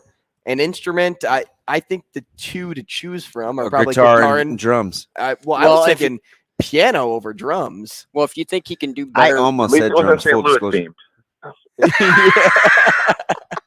do you think you could do better, Mike, if you had Damon and Andrew instead of me? I think so. Do you want to turn your $10 card in and redo it?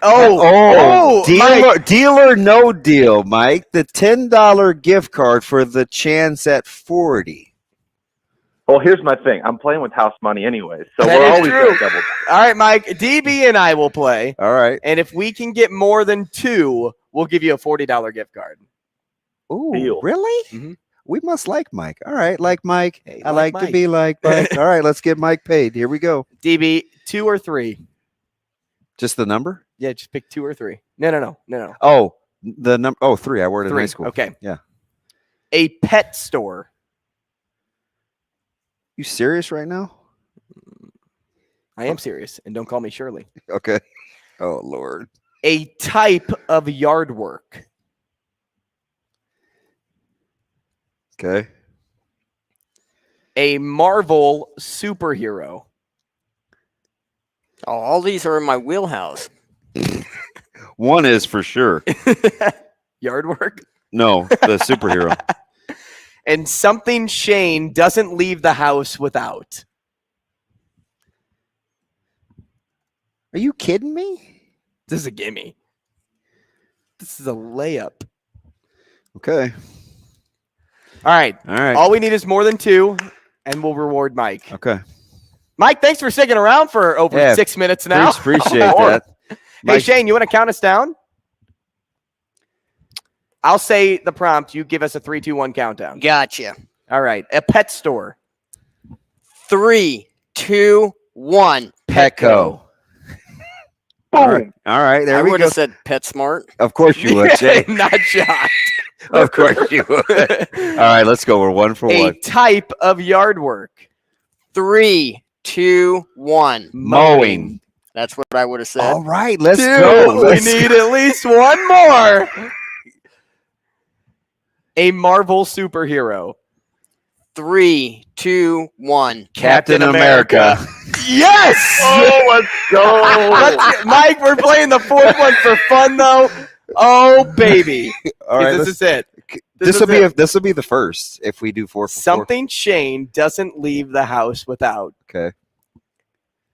3, 2, 1. Vape pen. Yes! That's more. Yeah. Look, he's mad over there. Look.